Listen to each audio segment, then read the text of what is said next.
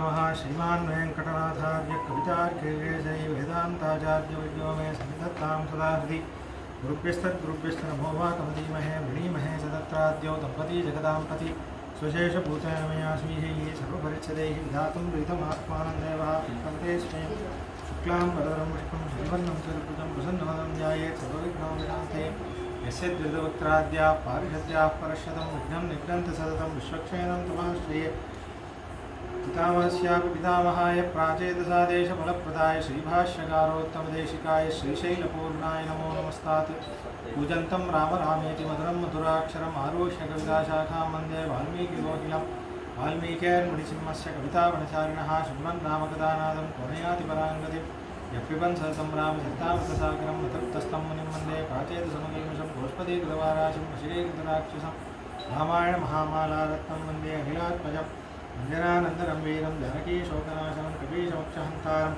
वन्दे लङ्काभयङ्करं मनोजवं मारुतुल्यवेगं जितेन्द्रियं बुद्धिमतां वातात्मजं वानरयूथमुख्यं श्रीरामदूतं शिरसा नमामि उल्लङ्घ्यसिन्धो सलिलं सलीलं विश्वोकवन्द्यं जनकात्मजायाः आदाय तेनैव ददाह लङ्कां नमामि तं प्राञ्जलिराञ्जनेयम् आञ्जनेयमिति पाटलाननं काञ्चनाद्रिकमनीयविग्रहं पारिजातधर्मूलवासिनं भावयामि पवमानन्दनं यत्र यत्र रघुनाथकीर्तनं तत्र तत्कृतमस्तकाञ्जलिं बाष्पवारि परिपूर्णलोचनं मारुतिं नमत राक्षसान्तकं वेदवेद्ये परे पुंसि जाते दशरथात्मजे वेदप्राचेतसादासीत् साक्षात् रामायणात्मना चरितं रघुनाथस्य शतकोटिप्रविस्तरम् एकैकमक्षरं पुंसा महापातकनाशनं तदुपगतसमाससन्धियोगं समुद्रोगनथार्थवाक्यबद्धं रघुवरचरितं मुनिप्रणीतं दशशिरसच्चवतं निशामयध्वं श्रीराघवं दशरथात्मजोक्तिमेयं सीतापतिं नकुलान्वयरत्नदीपमाजानुबाहुमरविन्दलायदाक्षं रामनिषादविनाशकं नमामि वैदेहीसहितं दुरद्रुमतिलये हैमे महामण्डपे मध्ये पुष्पकमासने मणिमये वीरासने सुस्थितम् अग्रे वाचयति प्रवञ्जनहृदे तत्त्वं मणिभ्यः परं व्याख्यान्तं भरतादिविपरिवृतं रामं भजे श्यामलम् आपदामुपहर्तारं दातारं सर्वसम्पदां लोकाभिरामं श्रीरामं भूयो भूयो नमाम्यहम् धर्मात्मा सत्यसन्धश्च रामो दाशरथिर्यदि पौरुषे चाप्रतिद्वन्द्वश्चरेणं जहिरावणिं तपस्वाध्यायनिरतं तपस्वी वाग्विदाम्बरं नारदं परिवपृच्छ वाल्मीकिर्नृपुङ्गवं जयत्याश्रितसन्त्रासध्वान्तविध्वंसनोदयः प्रभावान् सीतया देवी यातनो व्योमभास्करः सन्तः श्रीरङ्गपृथ्वीश शरणत्राणशेखराः जयन्ति भुवनत्राणपितपङ्कजरे नमः कृपारामविरानेल्लाल् मट्टं कर्पुरो कृपामुदला पुल्लिरुम्बादमुन्द्रिये நற்பாலையோர்த்தியில் வாழும் சராசரம் முற்றம் நற்பாலு குய்த்தனம் நான் முகனார் பெற்றநாட்டுரே சியாபதி ராமச்சந்திரகே பவனசுத ஹனுமானுகே அஹமாத்மா ந தேஹோஸ்மி விஷ்ணுசேஷோ பரிக்ரஹः தமேவ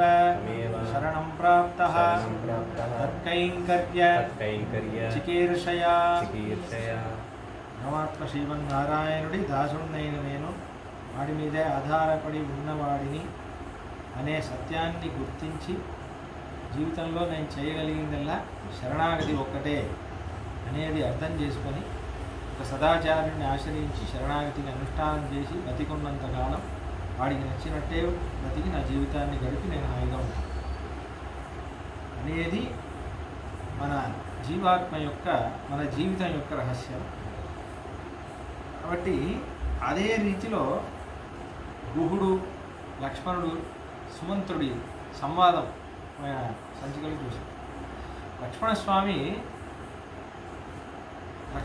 ఒక ఆవేదన, సీతారాములు ఇద్దరూ పడుకున్నప్పుడు గుహుడితో సంభాషిస్తున్నారు.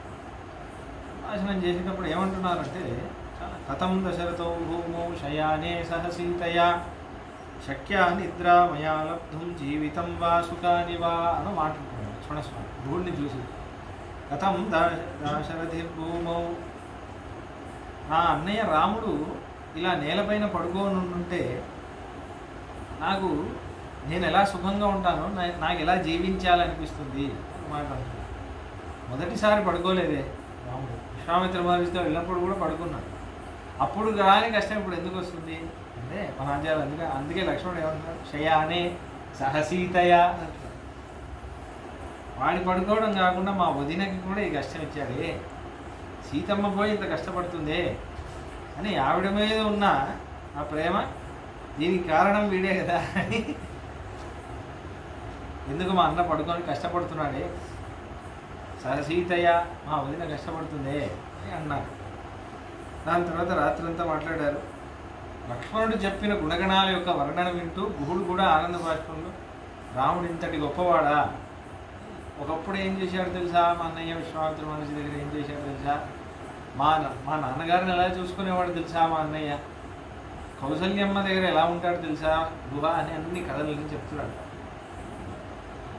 గుణగణ వర్ణన ఇది చేస్తుంటే అలానే విని విని విని రాత్రంతా అలానే గడిపాడు. దాని తర్వాత ప్రభాతాయాం తు శర్వర్యాం ఋతువక్షా మహాయశాః ఉవాచ రామః సౌమిత్రిం లక్ష్మణం శుభలక్షణం. రాత్రి గడిచింది. మరుసటి రోజు తెల్లవారుజామున రాముడు నిద్ర నుంచి లేచాక లక్ష్మణుడి దగ్గర వెళ్ళి భాస్కరోదయ కాలౌసౌ గతా భగవతి నిషా అసౌ సుకృష్ణో విహగః కోకిలస్తాత కూజతి. లక్ష్మణ చూసావా తెల్లవారినట్టుంది, కోకిల యొక్క శబ్దం వినిపిస్తుంది, కూస్తోంది, కాబట్టి మనం బయలుదేరాలి, ఇక్కడ నుంచి మనం బయలుదేరాలి అన్నాడు. దాని తర్వాత అంటున్నాడు తరామ జాహ్నవీ సౌమ్యం శీఘ్రగాం సాగరంగమం. కాబట్టి ఈ గంగాజీ అంటే గంగాజీ అని ఉంది, అలానే చదివేశాను. గంగాదేవి ఉంది కదా, ఆవిడ సముద్రం యొక్క పత్ని.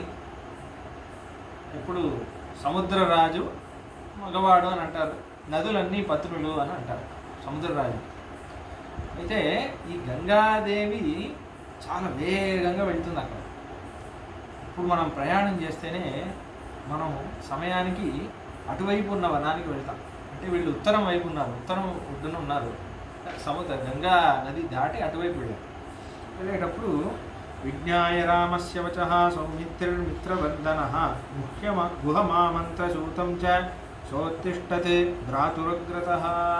అలా అనగానే లక్ష్మణుడు వెళ్ళి గుహుడు పిలుచుకొని గుహ ఇక మేము బయలుదేరాలి, దాన్ని ఏర్పాటు చేయి అన్నాడు.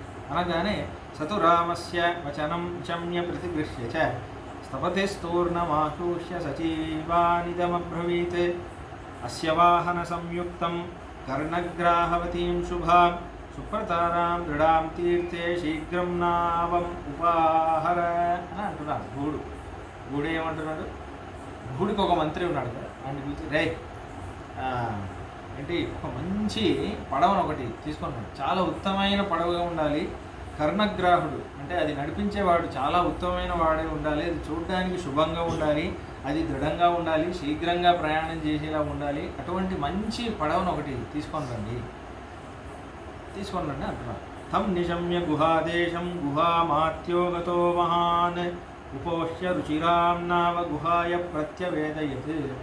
అలా అనగానే వాళ్ళందరూ గుహుడి అనుచరులందరూ వెళ్ళి చూసి వాళ్ళ దగ్గర పడవలు చాలా ఉంటాయి, వాళ్ళకి అదే సైన్యం కాబట్టి మంచి ఉత్తమమైన ఒక పడవ రాముడి కోసం తీసుకొచ్చి సిద్ధం చేశాడు.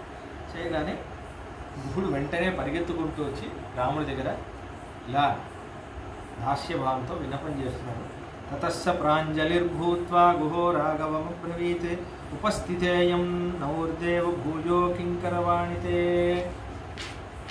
రామా, నువ్వు చెప్పినట్టే, నువ్వు నియమనం ఇచ్చినట్టే రాము పడవ సిద్ధంగా ఉంది, దీని తర్వాత ఏం చేయాలి అని నియమించవలసింది అని అంటున్నారు. ఇది ఒక దాసుడి లక్షణం. కైంకర్యం చేశాక ఇప్పుడు మనకు పని ఇచ్చారు, ఒక గురువు గారు ఎవరో ఒక వైష్ణవ భాగవతులు పని ఇచ్చారు అనుకోండి, పని ఇచ్చాక ఆ పని అయిపోయింది అని చెప్పాలి, అదో ఒక ధర్మం. చెప్పాక తర్వాత ఏం చేయాలి అని అడగాలి. నీ దగ్గర వెళ్తే మళ్ళీ ఇంకో పని చెప్తాడేమో అని అనుకోకూడదు. దానికి అర్థం కైంకర్యమే కాదు. ఎందుకంటే కైంకర్యం అంటేనే ఏంటంటే కిం కరోమి అని అడగడం, అడిగి చేయడం. స్వామి ఇంకేం చేయమంటారు, ఆయన చెప్పాను స్వామి అది అయిపోయింది, ఇంకేం చేయమంటారు అలా కిరాణా కొట్టి వెళ్ళాడు అనుకోండి, ఇంకా అని అడుగుతారు, ఇంకేం కావాలి ఇంకా అలా. అంటే రుచిగా చేయాలి కైంకర్యం. ఒకసారి ఏమైందంటే చాలా హాస్యంగా, ఒకసారి మన ఇప్పుడున్న ఆండవన్ స్వామికి ముందు ముందు ఆండవన్ స్వామి ఆయన శిష్యులు చాలా వేద పాఠశాలలో చదువుకునే శిష్యులు అందరూ ఉంటారు కదా, చదువుకునే శిష్యులు ఉంటుంటే అప్పుడు వారికి నీ సేవ చేయడానికి కొంతమంది వృద్ధులైన గృహస్థులు కూడా ఉంటారు. చాలా అది పెద్ద బృందం, అది 50 మంది 60 మంది ఉంటారు. అయితే ఒక స్వామి, వృద్ధులైన ఒక స్వామి ఒక బ్రహ్మచారి పిల్లవాడిని పిలిచి ఊరికే పని చెప్తున్నారు. వాడు అప్పుడే నేర్చుకుంటున్నాడు, చిన్న పిల్లవాడు. ఊరికే పని చెప్తున్నాడు, రే అది చేయి, దాని తర్వాత ఇది చేయి, దాని తర్వాత ఇది చేయి. కొంచెం చిరాకేసింది. ఏంటి స్వామి, అడిగానే దాసుడినే దొరికానా అని అన్నారు. దాసుడినే దొరికానా, ఊరికే దాసుడికే పని చెప్తున్నాడు. అంటే ఆనందం రే అంటే వాడు అడిగానన్నాడు. అడిగానే దొరికానా అని అన్నారు. అడిగానంటే దాసుడిని అని. ఇదే ఆనందం రే అడిగానంటే అర్థం ఏంటరా అని అన్నారు. అయితే మీ సేవకై ఉన్నాను, మీ సేవకై ఉన్నానని చెప్పి నేనే దొరికాను అంటున్నావు. నువ్వు చెప్పేదే విరుద్ధంగా ఉంది, నువ్వు మాట్లాడే మాటకి నీ స్వభావానికి విరుద్ధంగా ఉంది. అడిగానంటే అర్థం ఏంటి? నీ దాసుడిని, నీ సేవకే ఉన్నానన్న మరి ఆ భావం నీ మనసులో లేదే. ఆ భావాన్ని నువ్వు పెంపొందించుకోవాలి. కాబట్టి అది అలా ఉండాలి. అదే గుహుడు దాన్ని చూపిస్తున్నాడు. దాని తర్వాత ఏమైంది, రాముడు నౌర్యం పురుషవ్రాగ్ర శీఘ్రమారోహ సువ్రత. దాని తర్వాత రాముడిని మరి ఇంకా మీరు ఇంకా పడవ ఎక్కవలసింది అని అంటున్నారు. మీకు విజ్ఞాపనం చేసేటప్పుడు ఇంకా అడుగుతున్నా, అతో వాచ మహాతేజ రామో గుహమిదం వచ, ఇంకేమైనా చేయమంటారా స్వామి అని అడుగుతున్నాడు. 2-3 సార్లు అడుగుతుంటే రాముడు నవ్వుతూ కృతకామోస్మి భవత శీఘ్రమారోప్యతామితి. గుహ నువ్వు ఉండగా నాకు ఇంకేమైనా ఉంటుందా, నువ్వు అన్నీ తీర్చేస్తావు కదా. కృతకాముడిని నేను, అంటే నేను ఏదేది అనుకున్నానో నా మనోరథం మొత్తం నువ్వు అర్థం చేసుకొని నువ్వు సంపూర్ణం చేసేవాడు. నాకు ఇంకేం లేదు, ఇంకా తొందరగా ఇంకా మేము బయలుదేరవలసిందే అని అంటున్నారు. అనగానే తథకలాపాన్ సన్నహ్య ఖడ్గో బద్ధ్వాచ ధన్వినౌ జగ్మతూర్యేణ తాం గంగాం సీతయా సహరాగౌ. ఇంకా సీతారాములు వెంటనే రథం నుంచి వాళ్ళ ఖడ్గాలు, తూణీరాలు, ఆ బాణాలన్నీ తీసుకున్నారు కదా, అవన్నీ తీసుకొని సీతతో పాటు సాగేటప్పుడు సుమంత్రుడు వస్తున్నాడు.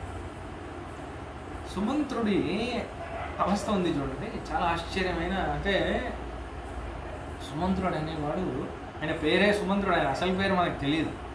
చాలా మంచి మంత్రి అంటే ఇలా ఉండాలి, అటువంటి మంత్రి.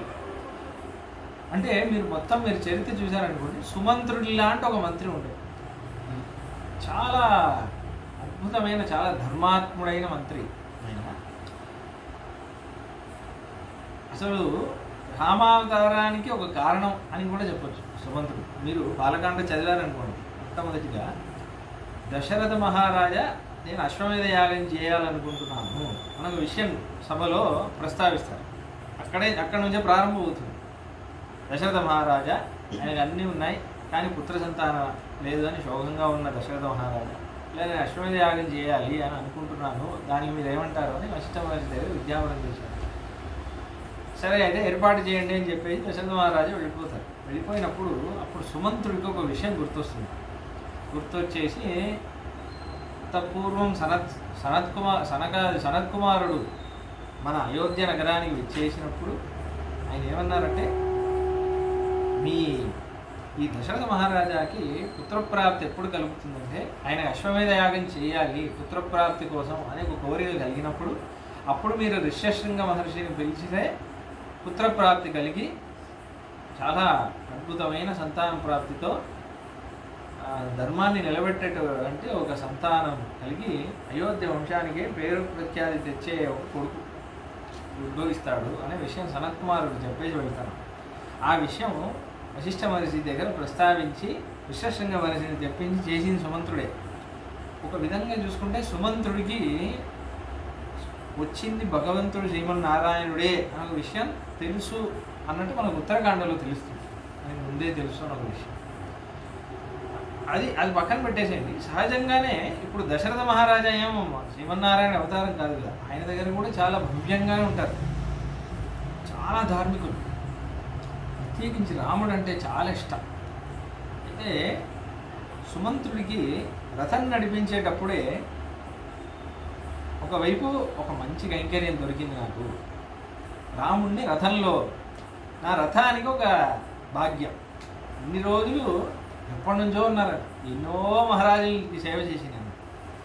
ఇంతమంది మహారాజులకి సేవ చేసిన ఈ రథంలో నేను నా స్వామి రామచంద్రుడికి సేవ చేస్తున్నానని వనవాసం తీసుకెళ్ళారా, ఇంతసేపు తీసుకెళ్ళారు.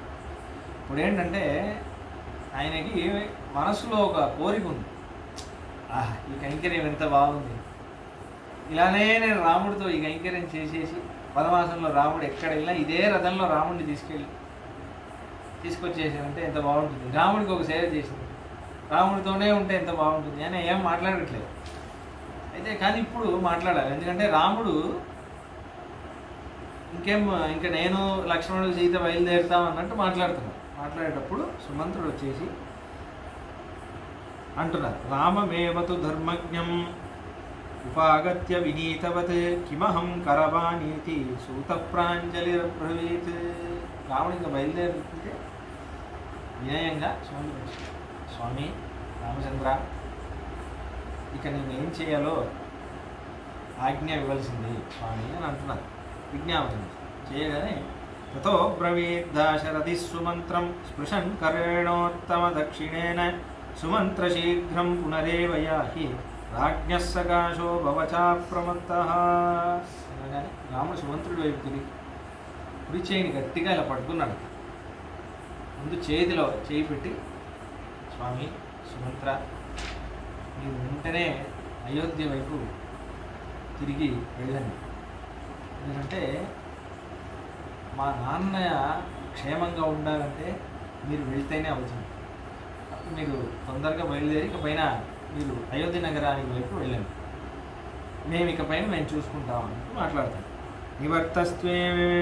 నివర్తస్త్వేతి వాచైనం ఏతావద్ది కృతం మమ రక్షం విహాయ పద్భ్యాం తు గమిష్యామో మహావనం. ఇంతవైపు మీరు రథంలో తీసుకొచ్చారు, ఇక మేము పాద ప్రయాణమే చేయాలి, కాబట్టి మేము ఇక నడకలో మేము వనవాస ప్రవేశం చేసి మేము బయలుదేరుతాం. ఆత్మానం తు అనుజ్ఞాతం ఏక్వాక్షార్తస్య సారథి సుమంత్ర పురుష వ్యాఘ్రమైవ ఐక్ష్వాకమివ ఇదమబ్రవీత్. అలా చెప్పగానే ఓ అని ఎడిచేశారు సుమంత్ర స్వామి.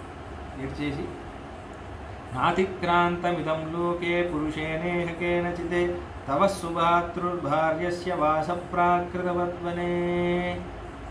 యా లక్ష్మణుడు, లక్ష్మణస్వామి సీతమ్మ చేసిన భాగ్యం ఏంటి, నేను చేయని భాగ్యం ఏంటి, నేను చేసిన పాపం ఏంటి, వాళ్ళకి వనవాసంతో నీతో పాటు తీసుకెళ్లే భాగ్యం ఇచ్చిన స్వామి నాకెందుకు ఇవ్వట్లేదు నువ్వు అని అంటున్నారు. అనేసి నమన్యే బ్రహ్మచార్యేవా స్వదీతేవా ఫలోదయ మార్ధవార్జవయోర్వాపి త్వాం చేద్విసనమాగతం. స్వామి ఇటువంటి నీకు నువ్వు ఆయనకి ఇంకోటి ఏంటంటే గుండె బద్దలైందంటే నేను ఇక పాదనడకలో వెళ్తాను అనగానే నేను ఎందుకున్నాను, నీకు ఆ పాదనడక కష్టం రాకూడదనే కదా నేనున్నాను రథసారథిగా, నేను ఉండగాను ఆ మాట మాట్లాడుతున్నావా అని స్వామి నమన్యే బ్రహ్మచార్యేవా సుదీతేవా ఫలోదయ మార్ధవార్జవయోర్వాపి త్వాం చేద్వసనమాగతం. మీలాంటి ధర్మ పురుషులకు కూడా ఇటువంటి కష్టం వచ్చిందంటే ఏంటంటే నాకేమనిపిస్తుందంటే ఇంకా ధర్మంలో నాకు నమ్మకం లేదు, ఇంకా ఈ వేదాధ్యయనం చేయడం, ధర్మశాస్త్రానికి అనుగుణంగా జీవితాన్ని గడపడం ఇదేం ఫలితం ఇవ్వదు అనిపిస్తుంది. ఎందుకంటే నీలాంటి ధర్మాత్ముడికి ఇటువంటి కష్టం, నువ్వు వనంలో పాదాలతో నడవాలా, అది నేను చూడాలా, నేను నిస్సహాయంగా సరే స్వామి నువ్వు పాదంతోనే నేను రథంలో వెళతాను, నువ్వు పాదాలతో కష్టపడడం చూస్తుంటే నేను ఖాళీగా రథం నడుపుకొని అయోధ్యకి వెళ్ళాలా, ఆ రథానికి ఏం ప్రయోజనం స్వామి అని అడుగుతాను. సహ రాఘవ వైదేహ్యా భ్రాత్రా చైవ వనే వసన్ త్వం గతిం ప్రాప్స్యసే వీర త్రీన్ లోకాన్స్తు జయమివ. స్వామి తప్పకుండా నీ పరాక్రమానికి నీ ధర్మానికి నీకు ఏ కష్టం రాదు, నీకు లక్ష్మణుడికి సీతమ్మ తల్లికి జయమే సిద్ధి అవుతుంది. కానీ అభాగ్యశాలులు ఎవరు తెలుసా, మేమే స్వామి, మా అయోధ్యవాసులు ఉన్నామే, మాలాంటి అభాగ్యశాలులు ఎవరు లేరు. వయం ఖలు హతారామ ఏ త్వయా హి ఉపవంచితాః కైకేయ్యావశమేష్యామః పాపాయ దుఃఖభాగినః. మేము నగరవాసులు అంటున్నాం, కానీ మా ముందు వనవాసులే చాలా అదృష్టవంతులు. నీతో పాటే గడుపుతారు. మేము నగరంలో ఉండి పెద్ద పెద్ద భవనాలు ఉండి ఏం ప్రయోజనం అయ్యారు? ఎందుకంటే మీ దర్శనం దొరకదు అనే ద్రోహం మాకు జరిగింది. ఇది పెద్ద ద్రోహం. వీళ్ళందరికీ నువ్వు అనుగ్రహం చేశావు, నీ దర్శనం ఇవ్వకుండా మాకు ద్రోహం చేస్తున్నావా స్వామి?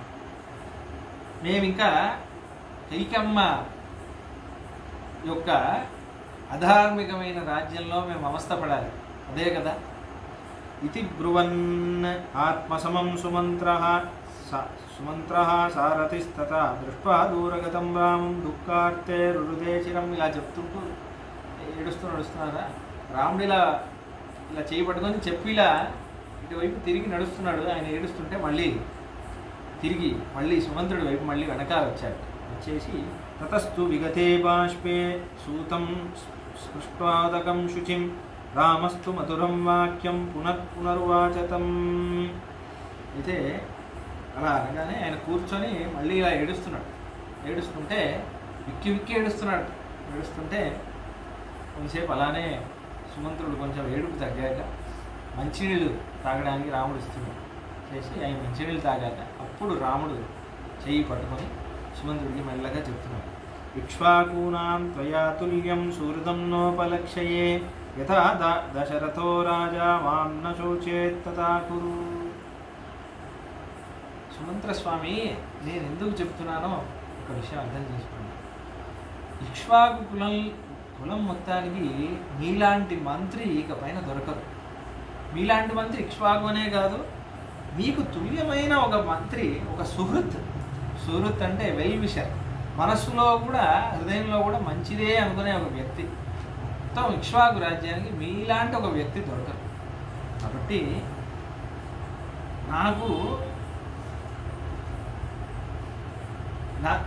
నన్ను సంతోషంగా చూడాలనేదే కదా మీ మనసులో కోరిక. మీరు వెళ్ళి మా నాన్నకి కష్టం తగ్గించేటట్టు, మా నాన్న కష్టపడనట్టు మీరు ప్రవర్తిస్తే బాగుంటుందో అదే నాకు సుఖం. మా నాన్న కష్టపడకుండా ఉంటే, మా నాన్న ధైర్యం తెచ్చుకొని మీ మాటలతో మీరు సాంత్వన నింపగలిగితే అదే నాకు సుఖం. కాబట్టి నా సుఖమే మీరు కోరుకుంటే మీరు ఆ పని చేయండి అని అంటున్నారు. శోకోపహత చేతాశ్చ వృద్ధశ్చ జగతీపతి కామభారావసన్నశ్చ తస్మాదేతత్ప్రవీమితే. మా నాన్నగారు చాలా శోకంలో ఉన్నారు, చాలా బలహీనుడుగా ఉన్నారు. ఇంకోటి వయసు కూడా అయిపోయింది. కాబట్టి ఇంకోటి ఏంటంటే ఏదో కామానికి వశమైపోయి ఇలా చేసేసారు. అందుకే అంటున్నాను, యద్యథా జ్ఞాపయేత్ కించిత్ స మహాత్మా మహీపతి కైకేయ్యా ప్రియకామార్థం కార్యం తదవికాంక్షయా. ఆ మహారాజా కైకమ్మకి ఇష్టమైనది చెయ్యాలి అని ఇలా చేశారు, వనవాసం పంపించారు. కానీ మా నాన్నకి ఏ కష్టం రాకుండా మీరు చూసుకోవాలి. ఎందుకంటే ఇప్పుడు నేను కూడా లేను. కాబట్టి మా నాన్న ఇప్పుడు చాలా క్లిష్టమైన పరిస్థితిలో ఉన్నారు. ఆ పరిస్థితిలో మీలాగా ఎవరైనా పక్కన ఉండాలి, ఒక బలం నింపేలాగా ఒక ఆయన పక్కన ఉంటేనే మా నాన్న ధైర్యంగా ఉంటారు. కాబట్టి మీరు వెళ్ళాలి. అందుకే అంటున్నారు, అదృష్ట దుఃఖం రాజానం వృద్ధమాద్యం జితేంద్రియం రూయాస్త్వం అభివాద్యేవ మమ హేతోరిదం వచః. మీరు వెళ్ళి ఇలా చెప్పవలసింది అని కొన్ని విషయాలు చెప్తున్నారు. ఏం చెప్తున్నారంటే, ముందు ఏమంటున్నారంటే, మా నాన్నగారికి ముందు నా ప్రణామాన్ని తెలియజేయండి. నచాహం అనుశోచామి లక్ష్మణో నచ శోచతి అయోధ్యాయాశ్చ్యుతాశ్చేతి వనే వక్ష్యామహేదివా. నాన్న, మేము అయోధ్య నుంచి వదిలి వెళ్ళిపోయామని, మేము వనవాసం అనే కష్టం అనుభవించాలి అనే భావం మాకు లేదు. నేనేం శోకంగా లేను, లక్ష్మణుడేం శోకంగా లేను. కాబట్టి కానీ మీరు శోకంగా ఉంటేనే మాకు శోకం. ఆ శోకం నుంచి మీరు బయటికి రావాలి నాన్నగారు అని నేను చెప్పాను. చతుర్దశసు వర్తేషు నివృత్తేషు పునః పునః లక్ష్మణం మాం చ సీతా చ ద్రక్షసే శీఘ్రమాగత అని. నాన్నగారు మీకు 60 సంవత్సరాల వయసు, మీ వయసు ముందు 14 సంవత్సరాలు ఎంత ఇలా గడిచిపోతాయి. 14 సంవత్సరాల్లో మేము మళ్ళీ తిరిగి వచ్చేస్తాను నాన్నగారు. అంటే మీరు అప్పటి వరకు ధైర్యంగా ఉంటే దాని తర్వాత సుఖమే అని నేను చెప్పినట్టు చెప్పండి అంటారు. దాని తర్వాత ఆరోగ్యం బ్రూహి కౌసల్యాం అత పాదాభివందనం సీతాయామచార్యస్య వచనాన్ లక్ష్మణస్య చ. మా అమ్మ కౌసల్యమ్మకి నేను పాదాభివందనం చేశానని నా తరఫున మీరు పాదాభివందనం చేయండి. ఆరోగ్యం బ్రూహి, ఆవిడ ఆరోగ్యం గురించి కుశల ప్రశ్న చేయండి. నేను అమ్మని ఆరోగ్యం మీద దృష్టి వహించి ఆరోగ్యకరంగా ఉండవని చెప్పానని చెప్పండి. సీత లక్ష్మణుడు అడిగారు అని ఒక వాక్యాన్ని చెప్పండి. బ్రూయశ్చాపి మహారాజం భరతం క్షిప్రమాణయ. దాని తర్వాత దశరథ మహారాజుకు ఒక విషయం చెప్పండి. తొందరగా నా తమ్ముడు భరతుణ్ణి అయోధ్యకి పిలుపమని చెప్పండి. ఎందుకంటే భరతశ్చ పరిష్వజ్య దాంతో ఆగతశ్చాపి భరత స్థాప్యో నృపమతే పదే. భరతుడు రాగానే వాడికి రాజ్యాభిషేకం చేయమని చెప్పండి, పట్టాభిషేకం చేయమని చెప్పండి. దాని తర్వాత భరతుడు రాగానే భరతంచ పరిష్వజ్య యౌవరాజ్యేభిషిచ్యత. భరతుడు రాగానే సుమంత్ర నా తరఫున మీరు ఒకసారి నా తమ్ముడు భరతుడిని ఆలింగనం చేసుకోండి, గట్టిగా కౌగిలించుకోండి. చేసేసి అసమస్సంతాపజం దుఃఖం నత్వాం అభిభవిష్యసి. భరతుడు ఒకసారి, ఎందుకంటే భరతుడు రాజైపోయాడంటే నేను వనంలో ఉన్నాను అనే శోకాన్ని తగ్గించగలిగే ఒకే ఒక ఉపాయం అదే. భరతుడు రాజైతే, భరతుడు ధార్మికంగా రాజ్యాన్ని ఏలడం ప్రారంభిస్తే నన్ను అందరూ మర్చిపోతారు. నాకు ఆ నమ్మకం ఉంది. ఎందుకంటే భరతుడి ధార్మికత చూసి అందరూ ఆనందంగా ఉంటారు. భరతశ్చాపి వక్తవ్యో యథా రాజనివర్తసే తథా మాతృషు వర్తేతాః సర్వాస్వేవాయ విశేషతః. నా తమ్ముడు భరతుడికి నాన్నగారి మీద ఎంత ప్రేమ ఉందో నాకు తెలుసు. కాబట్టి వాడు తప్పకుండా నాన్నగారిని చాలా బాగా చూసుకుంటాడు. కానీ వాడు నాన్నగారిని ఎలా చూసుకుంటున్నాడో ముగ్గురు అమ్మల్ని కూడా అలానే సమానంగా చూసుకోవాలి. ఏమాత్రం లోటు లేకుండా కౌసల్యమ్మ కానివ్వండి, సుమిత్రమైన, కైకేయమ్మైన ముగ్గురిని సమానంగా వాడు సుఖంగా పెట్టి చూసుకోవాలి. తాతస్య ప్రియకామేన యౌవరాజ్యమవేక్షత లోకయోర్వయో శక్యం నిత్యదా సుఖమేహితుం. కాబట్టి ఎవరైతే నాన్నగారిని సంతోషపెట్టాలి అనే ఒక ఇచ్ఛతో ఎవరైతే నాన్నగారు ఇచ్చిన బాధ్యతల్ని చూసుకుంటాడో వాడు తప్పకుండా ఉన్నత గతికే పొందుతాడు అనే విషయం చెప్తున్నాడు రాముడు. కేవలం నాన్నగారు చెప్పిన మాట, నాన్నగారి ఆజ్ఞ అని చెప్పి ఒకడు ఎవడైతే బాధ్యత తీసుకుంటాడో వాడు నశించడు అని నేను చెప్పాను అని భరతుడికి చెప్పండి. ఇది రాముడి తీర్పు. కేవలం నాన్నగారు చెప్పారు అని ఒక మాట వల్ల ఒకడు పని చేశాడంటే, ఒక బాధ్యత తీసుకున్నాడంటే వాడు నశించాడు అనే విషయం. ఇది అందమైన దీనికి ప్రత్యక్షమైన ఉదాహరణగా ఆ దాసుని చూశాను. నా మిత్రుడు రోహిత్ చెప్పాను లేదా అంతకుముందు, వాడు లాయర్ అవుదాం అనుకున్నాడు అసలు. కానీ వాళ్ళ నాన్నగారికి వీడు సైంటిస్ట్ అవ్వాలని ఇష్టం. వాడికి రామాయణం అంటే పిచ్చి. ప్రతి క్షణం రామాయణం చదువుతాం చిన్నప్పటి నుంచి. వాడికి లా మీద ఇంట్రెస్ట్ ఉన్నా కేవలం నాన్నగారికి ఇష్టం ఉందని చెప్పి వాడికి ఇష్టం లేకపోయినా ఇప్పుడంతా ఉద్యమాలు అవన్నీ చేస్తున్నాడు. My life, let me live my life అని ఏదో సినిమాలన్నీ చేస్తున్నారు. సరే, అదొక వాళ్ళ ఇష్టం, వ్యక్తిగత అభిప్రాయం. నువ్వు నా ఒపీనియన్ని నా మీద ఫోర్స్ చేయకు అలా ఇలా ఏదో అంటున్నారు. కొత్తగా మారిపోయింది తరం. కానీ మనకి ధనమే ఇది. మనం అందరం రామాయణానికి వారసులం, అది మనం మర్చిపోకూడదు. అందుకే ఈ భూమిలో పుట్టాం. అయితే కేవలం నాన్నగారు చెప్పారు అని ఒక్క మాట కోసం వాడు నానో టెక్నాలజీ తీసుకొని దాంట్లో గోల్డ్ మెడల్, MIT యూనివర్సిటీలో గోల్డ్ మెడల్ సాధించారు. దాని తర్వాత బ్రిస్బేన్ యూనివర్సిటీ ఆఫ్ క్వీన్స్లాండ్లో వాడికే వస్తే అక్కడ ఇప్పుడు ఒక 20-30 పేటెంట్స్ ఉన్నాయి. నీకు లా అంటే ఇష్టం కదా, ఎందుకు తీసుకున్నాయి అంటే నాన్నగారికి ఇష్టం చాలా. నాకు ఇలానే ఉన్నారు, నాన్నగారికి ఇష్టం అంటే ఎలా చేశారు రోహిత్ అని అడిగితే నాకు జన్మ ఇచ్చారు అని, అంతే, ఇంకేం అవసరం లేదు. నాకు జన్మ ఇచ్చారు నాన్నగారు.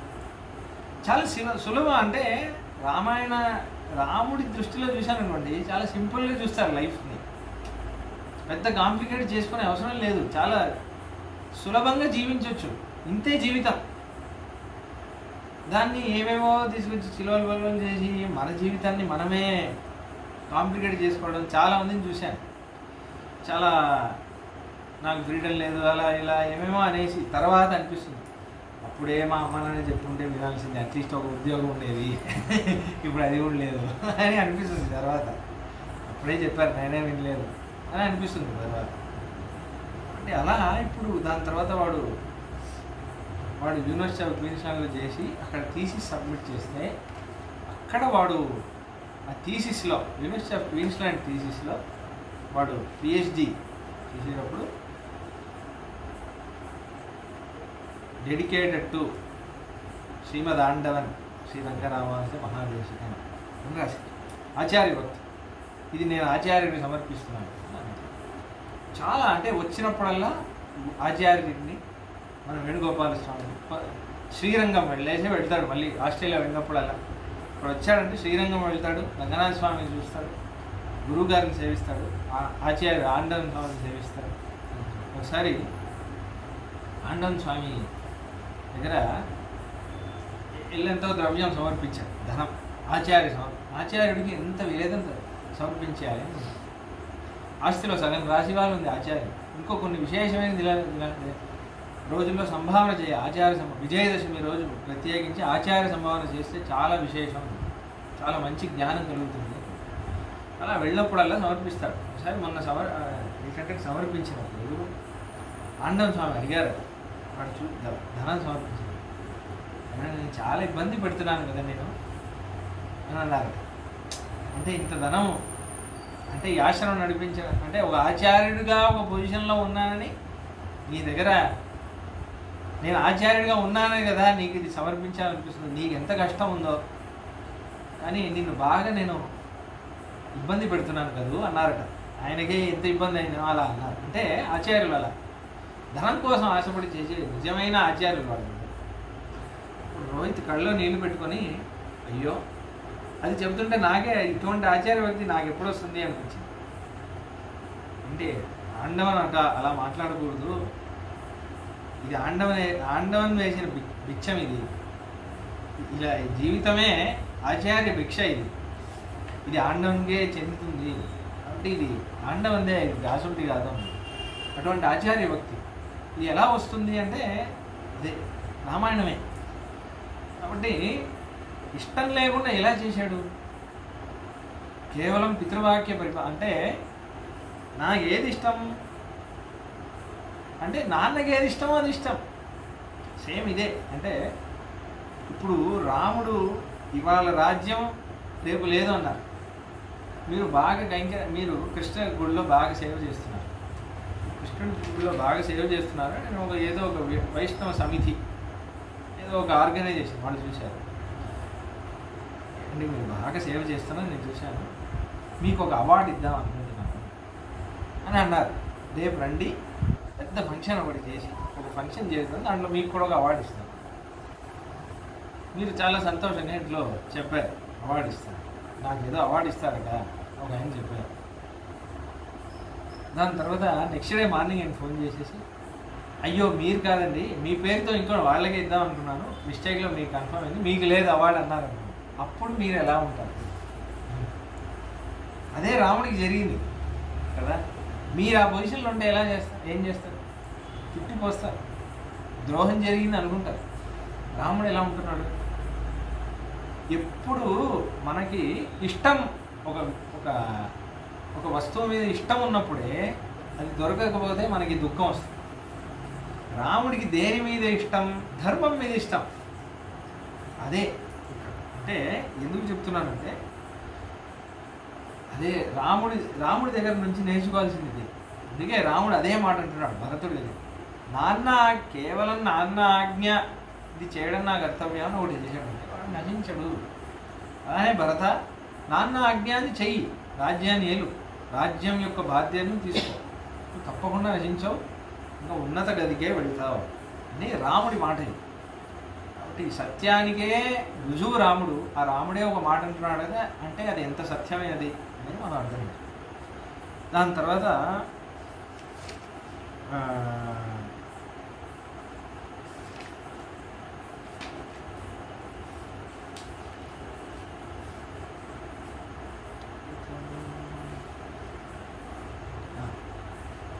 వరదశ్చాపి నివృత్యమానో రామేణ సుమంత్రః ప్రతిబోధితః తత్సర్వం వచనం శ్రుత్వా స్నేహాత్ కాకుస్తవ బ్రవీత్. ఇలా చెప్పండి.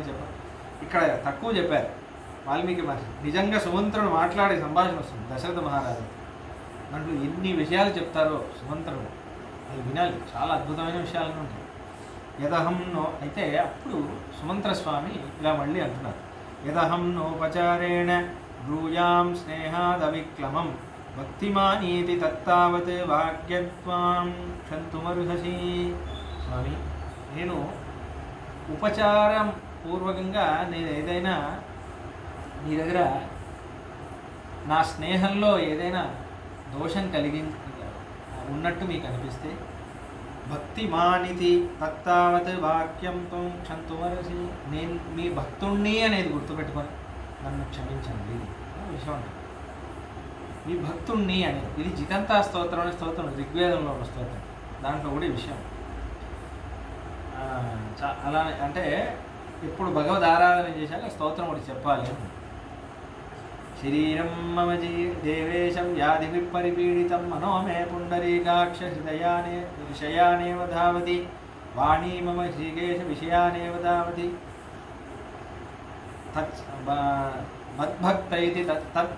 మద్భక్తైతి తత్సర్వం క్షంతుమర్హసి అని వస్తుంది దాంట్లో.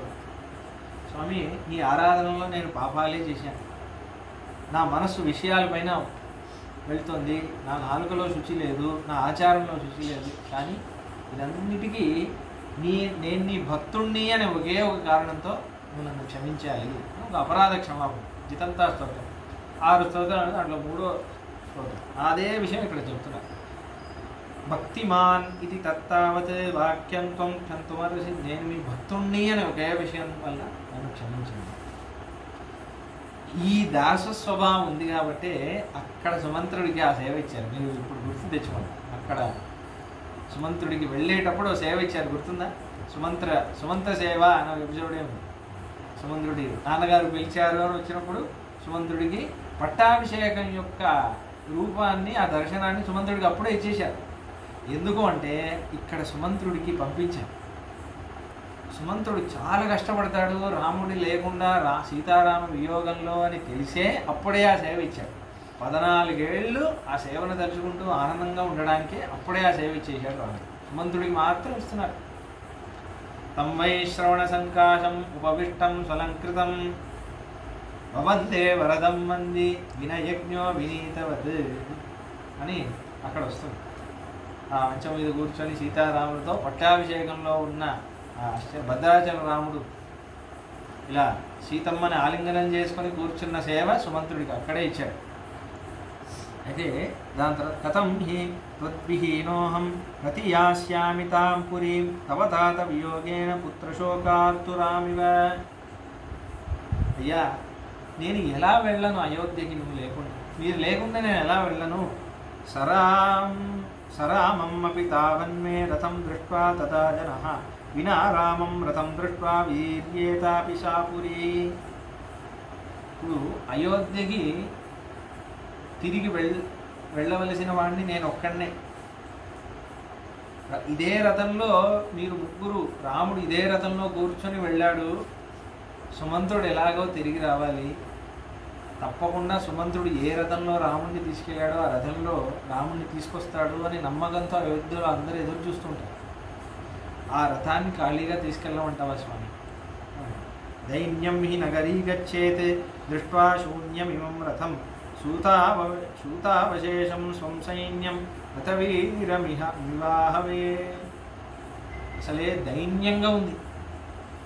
ఇలా ఖాళీగా ఉన్న శూన్యం లాంటి రథం, శూన్యం ఎవరో శూన్యం పెడితే ఖాళీగా ఉంటుంది కదా ఇల్లు, అటువంటి రథాన్ని నేను తీసుకెళ్తుంటే నా రథం వస్తుంది అని ఇంటి బయట నుంచి అందరూ చూస్తారే, చూసినప్పుడు ఏమనుకుంటారు, యుద్ధంలో ఒక సైనికుడు రథంలో వెళ్ళి యుద్ధంలో వాడు మరణించి రథసారథి మాత్రం వస్తే ఎలా ఉంటుంది, అలా చూస్తే వాళ్ళందరూ ఎలా ఏడుస్తారు, అలాగదే ఏడుస్తారు. అయ్యో రాముడిని వదిలేశాడే, ఇంకా రాముడు రాడే అన్నట్టు ఏడుస్తారే. దూరోపి నివసంతం త్వాం మనసే నాగ్రతస్థితం చింతయంతోద్య నూనం త్వాం నిరాహారాంత ప్రజా. నువ్వు ఎక్కడో దూరంగా ఉన్నా మనసులో నిన్నే ధ్యానం చేస్తూ ఉంటారు అయోధ్యవాసులందరూ. కాబట్టి ఇప్పుడు కూడా నీ గురించే ఆలోచిస్తూ ఉంటారు, ఏ ఆహారం తినకుండా అన్ని అనుష్ఠానం అంతా వదిలేసి రామా రామా రామా అని నిన్నే ఆలోచిస్తూ ఉంటారు. దృష్టం తత్వయి త్వయా రామ యాదృశం త్వత్ప్రవాదనే ప్రజానాం సంకులం తత్వం తచ్చోక క్లాంతచేతసాం. దాని తర్వాత అంటున్నారు, అహం కిం చాపి వక్ష్యామి దేవీం తవ సుతో మయా నీతౌ సౌ మాతులకులం సంతాపం మా కృతా ఇది అసత్యమపి నైవాహం బ్రూయాం వచనమీదృశం. అయ్యో నాకు అబద్ధం చెప్పడం కూడా రాదే, అబద్ధం చెప్పడం వస్తే బాగుండు. నాకు కౌసల్యమ్మ రాముడు ఎక్కడున్నాడు రా అని చెప్తే, అమ్మా మీ అన్నయ్య వాళ్ళ ఇంట్లో వదిలేసి వచ్చానమ్మా అంగదేశంలో అని నాకు చెప్పడం వస్తే బాగుండే స్వామి. నేను ఈ నోటితో అబద్ధం చెప్పడం కూడా రాదే, నేను అబద్ధం చెప్పలేనే స్వామి, అబద్ధం పలకలేనే. అదైనా చెబితే కౌసల్యమ్మకి ఎంత ప్రియకరంగా ఉంటుంది.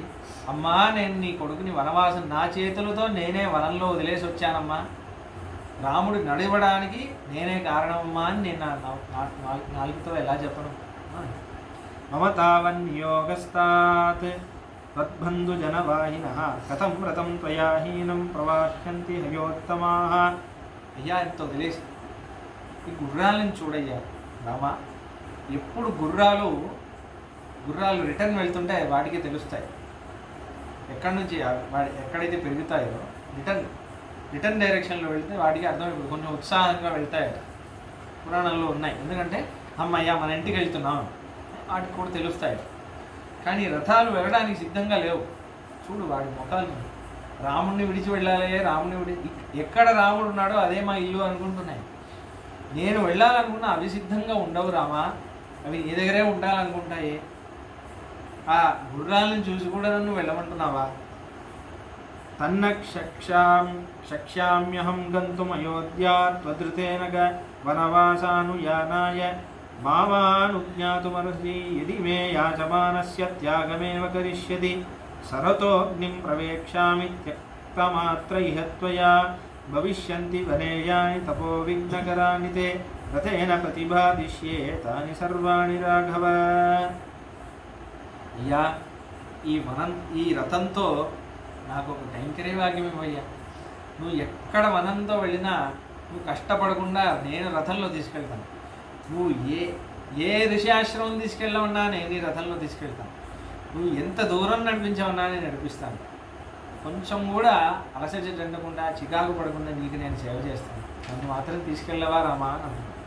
తత్కృతేన మయా ప్రాప్తం రథచర్యాకృతం సుఖం ఆశాంశే త్వత్కృతేనాహం వనవాసకృతం సుఖం.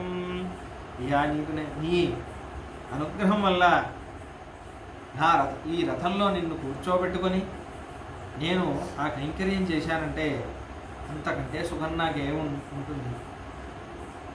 ప్రసీదేచ్చామి తేరణ్యే భవితుం ప్రత్యనంతరః ప్రీత్యాభిహితమిచ్చామి భవమే ప్రత్యనంతరః. ఒక్కసారి నవ్వి ఒక ఆజ్ఞమయ్యా, నేను నీతో పాటే ఉండాలనుకుంటున్నాను. నా ఇచ్చ ఏంటంటే నేను నీతో ఉండి నీకు కైంకర్యం చేయాలి. నీకు కైంకర్యం చేయ నీ శరీరం ఎందుకు, ఈ రథం ఎందుకు? ఈ రథం నీకు పనికి రానప్పుడు ఈ రథం ఉండే ఏం ప్రయోజనం? రథానికి సారథిగా నేను ఉండే ఏం ప్రయోజనం? ఇమే పిచ హయావీర ఇది తే వనవాసినః పరిచర్యా కరిష్యంతి ప్రాప్స్యంతి పరమాగతి. గుర్రాలని అనుగ్రహం చేయవా, నీకు సేవ చేస్తే అవి ఉత్తమగతికి పోవా రామా. అయోధ్యలో వీటిని పుట్టిగా అలా ఉండమంటావా? నీకు సేవ చేస్తే ఉత్తమగతికి ఇదవుతుంది కదా, నువ్వు అనుగ్రహం చేయరాదా అని అంటున్నావు. తవ శుశ్రూషణం మూర్ధనా కరిష్యామి వనే వసన్నే అయోధ్యాం దేవలోకం వా సర్వతా ప్రజహామ్యహం. నాకు అయోధ్య వద్దు, స్వర్గవాసం వద్దు, నీకు రథంలో నిన్ను నడిపించుకుంటూ వెళ్ళడమే నాకు కావాల్సిన సుఖం, అది నువ్వు నాకు ఇవ్వు అంటున్నాడు. నైశక్యా ప్రవేష్టుం సా మయాయోధ్యా త్వయా వినా రాజధాని మహేంద్రస్య యథా దుష్కృత కర్మణ. ఎలాగైతే పాపాత్ములకి స్వర్గంలో అనుమతి లేదో, అలానే నేను నువ్వు లేకుండా అయోధ్యకి వెళ్ళానంటే నేను పాపాత్ముడిని అవుతాను. నిన్ను వనంలో ఒంటరిగా వదిలేసి నేను అయోధ్యకి వెళ్ళానంటే నేను పాపాత్ముడిని అవుతాను. కాబట్టి స్వర్గంలో ఎలా పాపాత్ములకు అనుమతి లేదు, అయోధ్య నగరంలో కూడా నాలాంటి వాళ్ళకి అనుమతి లేదు అయ్యా. కాబట్టి అనుమతి ఉండకూడదు, నేను పాపాత్ముడిని అవుతాను. కాబట్టి నువ్వు నాతో పాటు వనవాసం తీసుకెళ్ళి, నన్ను కూడా వనవాసానికి తీసుకెళ్ళి. వనవాసే క్షయం ప్రాప్తే మహేషై మనోరథః యదనేన రథేనైవ త్వాం వహేయం పురీ పునః. నా కోరిక ఏంటంటే నువ్వు వనవాసం మొత్తము 14 ఏళ్ళు నేను కూడా నీతో ఉండి అది సమాప్తమైపోయి నేను 14 ఏళ్ళ తర్వాత నేనే కదా వనవాసం ప్రారంభం చేశాను ఈ రథంలో, ఇదే రథంలో నువ్వు మళ్ళీ అయోధ్యలో నువ్వు ప్రవేశం, అలా నువ్వు నన్ను అనుగ్రహించు. భృత్యవత్సల తిష్టంతం భక్తుభుత్తగతే పతి భక్తం భృత్య స్థితం స్థిత్యా నమాం త్వం హాతుమర్హసి. హే భృత్యవత్సల అని అంటున్నారు, చాలా అందమైన మాట. భృత్యవత్సల అని అంటున్నారు రాముడు. భృత్యవత్సల అంటే భృత్యుడు అంటే ఏంటంటే దాసుడు, సేవకుడు అని. సేవకుడి దగ్గర ఒక వాత్సల్య భావం రాముడికి. సేవకుల దగ్గర జనరలీ వాత్సల్యం అంటే ఏంటంటే దోషంలాగా చూడకుండా అనుగ్రహపూర్వకంగా ఉంటుంది. మన పిల్లవాడే కదా అన్నట్టు ఉంటుంది. రాముడు భృత్యవత్సలుడు. అయోధ్యలో సేవకులు ఏదైనా దోషం చేస్తే కూడా కోపగించుకోవడం, అవునా అలా జరిగిందా, పోనీలే ఒకసారి అలా అవుతుంది, ఇంకోసారి జాగ్రత్తగా ఉండండి, చేయండి పర్వాలేదు, చిన్న విషయం కావాలని చేస్తుంది, అయ్యో కొంచెం జాగ్రత్తగా ఉండరాదా, కొంచెం ధ్యానంగా చేయండి, ఇది అపరాధం చేయకూడదు, ఇలా చేస్తే ఇలా ఉంటుంది కానీ అలానే అంటాడు. కానీ కోపగించుకోవడం. ఎవరైనా వచ్చి కంప్లైంట్ చేస్తే కూడా పిలిచి వాళ్ళతో మాట్లాడి చాలా ప్రేమగా మాట్లాడతారు. అది వాత్సల్య భావం. మన వాళ్ళే కదా, మన వాళ్ళు ఎందుకు కోపగించుకొని ఏం చేయాలి. చాలామంది నేను ఏం చూస్తానంటే సేవకులతో కేవలం వాళ్ళు మనకంటే తక్కువైన పని చేస్తున్నారని మనకు అనిపించడం వల్ల పెద్దవాళ్లతో కూడా ఒకసారి ఏకవచనంలో మాట్లాడతారు. చాలామందిని నేను చూస్తాను. వాళ్ళు చేసే పని వల్ల ఆవిడేదో పని మనిషి అయి ఉండొచ్చు, అంట్లు తోమే ఆవిడ అయి ఉండొచ్చు, కానీ చాలా వృద్ధురాలు అయి ఉండొచ్చు. కానీ ఆవిడ పని వల్ల మనం తప్పుగా ఏకవచనంలో మాట్లాడతాం. మనం వాళ్ళ వయసుకి ఇవ్వాల్సిన గౌరవం మనకు ఇవ్వం. ఇవన్నీ రాముడికి ఇష్టమైనవి కాదు. ఇవన్నీ రాముడు, ఎందుకంటే రాముడు ఇట్లాంటివి చేయడు. ఇవన్నీ చేసేసి రాముడి అనుగ్రహం పొందాలి అనుకోవడం తప్పు. ఎందుకంటే ఒక మర్యాద పురుషోత్తముడు అని అందుకే పేరు. ఎవరికి ఎంత మర్యాద ఇవ్వాలి అని తెలిసినవాడు. వాళ్ళ వృత్తి వల్ల వాళ్ళకి, వాళ్ళ వయసుకి, వాళ్ళ యొక్క ధర్మ తక్కువ పాలన చేసేవాళ్ళైనా మంచి ధార్మికులై ఉండొచ్చు. అటువంటి వాళ్ళకి మనం ఇవ్వాల్సిన గౌరవం ఇవ్వాలి. మీరు అనే మాట్లాడాలి. కాబట్టి అవన్నీ కొంచెం శ్రద్ధగా చాలా వాత్సల్యంగా ఉండాలి. చాలామంది ఎస్పెషలీ నేను చూడడం ఏంటంటే కొంచెం రుబాబుగా ప్రవర్తన చేస్తాను. డైలీ ఈ కూలి పని చేసే వాళ్ళ దగ్గర కొంచెం రుబాబుగా ఉంటారు. మీకు తెలియదండి వాళ్ళని ఎక్కడ పెట్టాలో అక్కడే పెట్టాలి, ఎందుకు ప్రేమగా మాట్లాడు, అలా చేయరు. అది ఈ రాముడికి ఇష్టం అవుతుంది అట్లా చేస్తే. కాబట్టి భృత్యవత్సల అంటున్నాడు రాముడు. మీరు భృత్యవత్సలుడు కదా, నాతో ఎంత ప్రేమగా ఉంటారు, నేను దాసుడినైనా ఎంత ప్రేమగా ఉంటాను. కాబట్టి భక్త భృత్యం స్థితం స్థిత్యా, నేను భృత్యుణ్ణి మీ భక్తుణ్ణి కూడా. కాబట్టి నా మీదే వాత్సల్యాన్ని చూపించి ఏదో ఒక దోషం వల్ల నన్ను తీసుకెళ్ళను అని అనుకుంటున్నాను. దోషాన్ని పోగొట్టాను, నన్ను తీసుకెళ్ళండి స్వామి అని ఏడుస్తుంది. ఏడుస్తుంటే ఏవం బహువిధం దీనం యాచమానం పునః పునః ఇలా మళ్ళీ మళ్ళీ మళ్ళీ మళ్ళీ వినిపిస్తూ ఉంటే రాముడు తర్వాత జానామి పరమాం భక్తిం అహం తే భర్తృవత్సల శృణుచాపి దర్తం త్వాం ప్రేషయామి పురీమితః. ఇంకో మాట కూడా అంటున్నారు, యదమే యాచమానస్య త్యాగమేవ కరిష్యసి శరతోగ్నిం ప్రవేక్ష్యామి త్యక్తమాత్ర ఇహ త్వయా. రామా, నేను నీతో రాకపోతే ఈ జీవితం వ్యర్థం. ఈ రథాన్ని త్యాగం చేసి నేను ఇక్కడే చితి పట్టించి ఇక్కడే దూకేసి చచ్చిపోతాను. కానీ అంతేగాని నేను అయోధ్యకి వెళ్ళలేను, నిన్ను విడిచి నేను ఉండలేను, నీ సేవని విడిచి ఉండలేనయ్యా అని అంటున్నారు. సుమంత్ర స్వామి విడుస్తున్నాడు. విడుస్తుంటే జానామి, అక్కడ రాముడు మళ్ళీ వచ్చి, స్వామి నీ భక్తి నాకు తెలుసు, నీకు ఎంత భక్తి, భర్తృవత్సల అని అంటున్నాడు స్వామి. భర్తృ అంటే ప్రభువు దగ్గర వాత్సల్య భావం ఉన్నవాడా అని. సుమంత్రుని చూసి రాముడు అంటున్నాడు, ఈయన భృత్యవత్సల అంటున్నాడు, సేవకుడి దగ్గర వాత్సల్య భావం ఉన్నవాడా అని రాముడిని సంబోధిస్తున్నాడు సుమంత్రుడు. సుమంత్రుడిని చూసి రాముడు అంటున్నాడు, మీరు ప్రభువు దగ్గర వాత్సల్య భావం ఉన్న స్వామి. ఎందుకు ప్రభువు దగ్గర వాత్సల్య భావం అంటే, రాముడు చిన్నవాడు వయసులో. దశరథ మహారాజా ఎన్నిసార్లు సుమంత్రాది చేయి సుమంత్రాది చేయి ఎన్నిసార్లు రాముడిని పిలుచుకుంటారు, రాముడిని పిలుచుకుంటారు, ఊరికే సుమంత్రుడినే పంపిస్తారు. ఒక్కసారి కూడా చిరాకు పడదు, దోషమే చూడరు. అదే వాత్సల్య భావం అంటే కదా, దోషమే చూడరు. ఎన్నిసార్లైనా ప్రేమగానే మాట్లాడతారు. ఎందుకంటే అది ధార్మికమైన గుణం. అంత పరమ సాత్వికుడు సుమంత్రస్వామి. అటువంటి ఒక మంత్రి ఉన్నాడు అనుకోండి, అటువంటి ఒక సుహృత్, మన హితమే కోరే ఒక వ్యక్తి, అటువంటి సేవకుడు ఒకడు ఉన్నాడు అనుకోండి, ఆ ప్రభు అనేవాడు వాడికంటే అదృష్టవంతులు ఎవరు లేరు. ఇక్కడ ఇంకో ముఖ్యమైన విషయం ఏంటంటే, ఒక ప్రభువు సేవకుడి దగ్గర ఎలా ఉండాలి, సేవకుడు ప్రభువు దగ్గర ఎలా ఉండాలి, చాలా ముఖ్యం. ఇవాళ రేపు కంపెనీస్లో కానీ ఏదైనా చూసామనుకోండి, ఈ భావనే ఉండదు. వీడు యారగెంట్గా ఉంటాడు, వాడు యారగెంట్గా ఉంటాడు. ఐ డోంట్ కేర్ ఇలాగే మాట్లాడుతున్నారు. ఇలా ఉండదు అసలు ప్రవర్తన.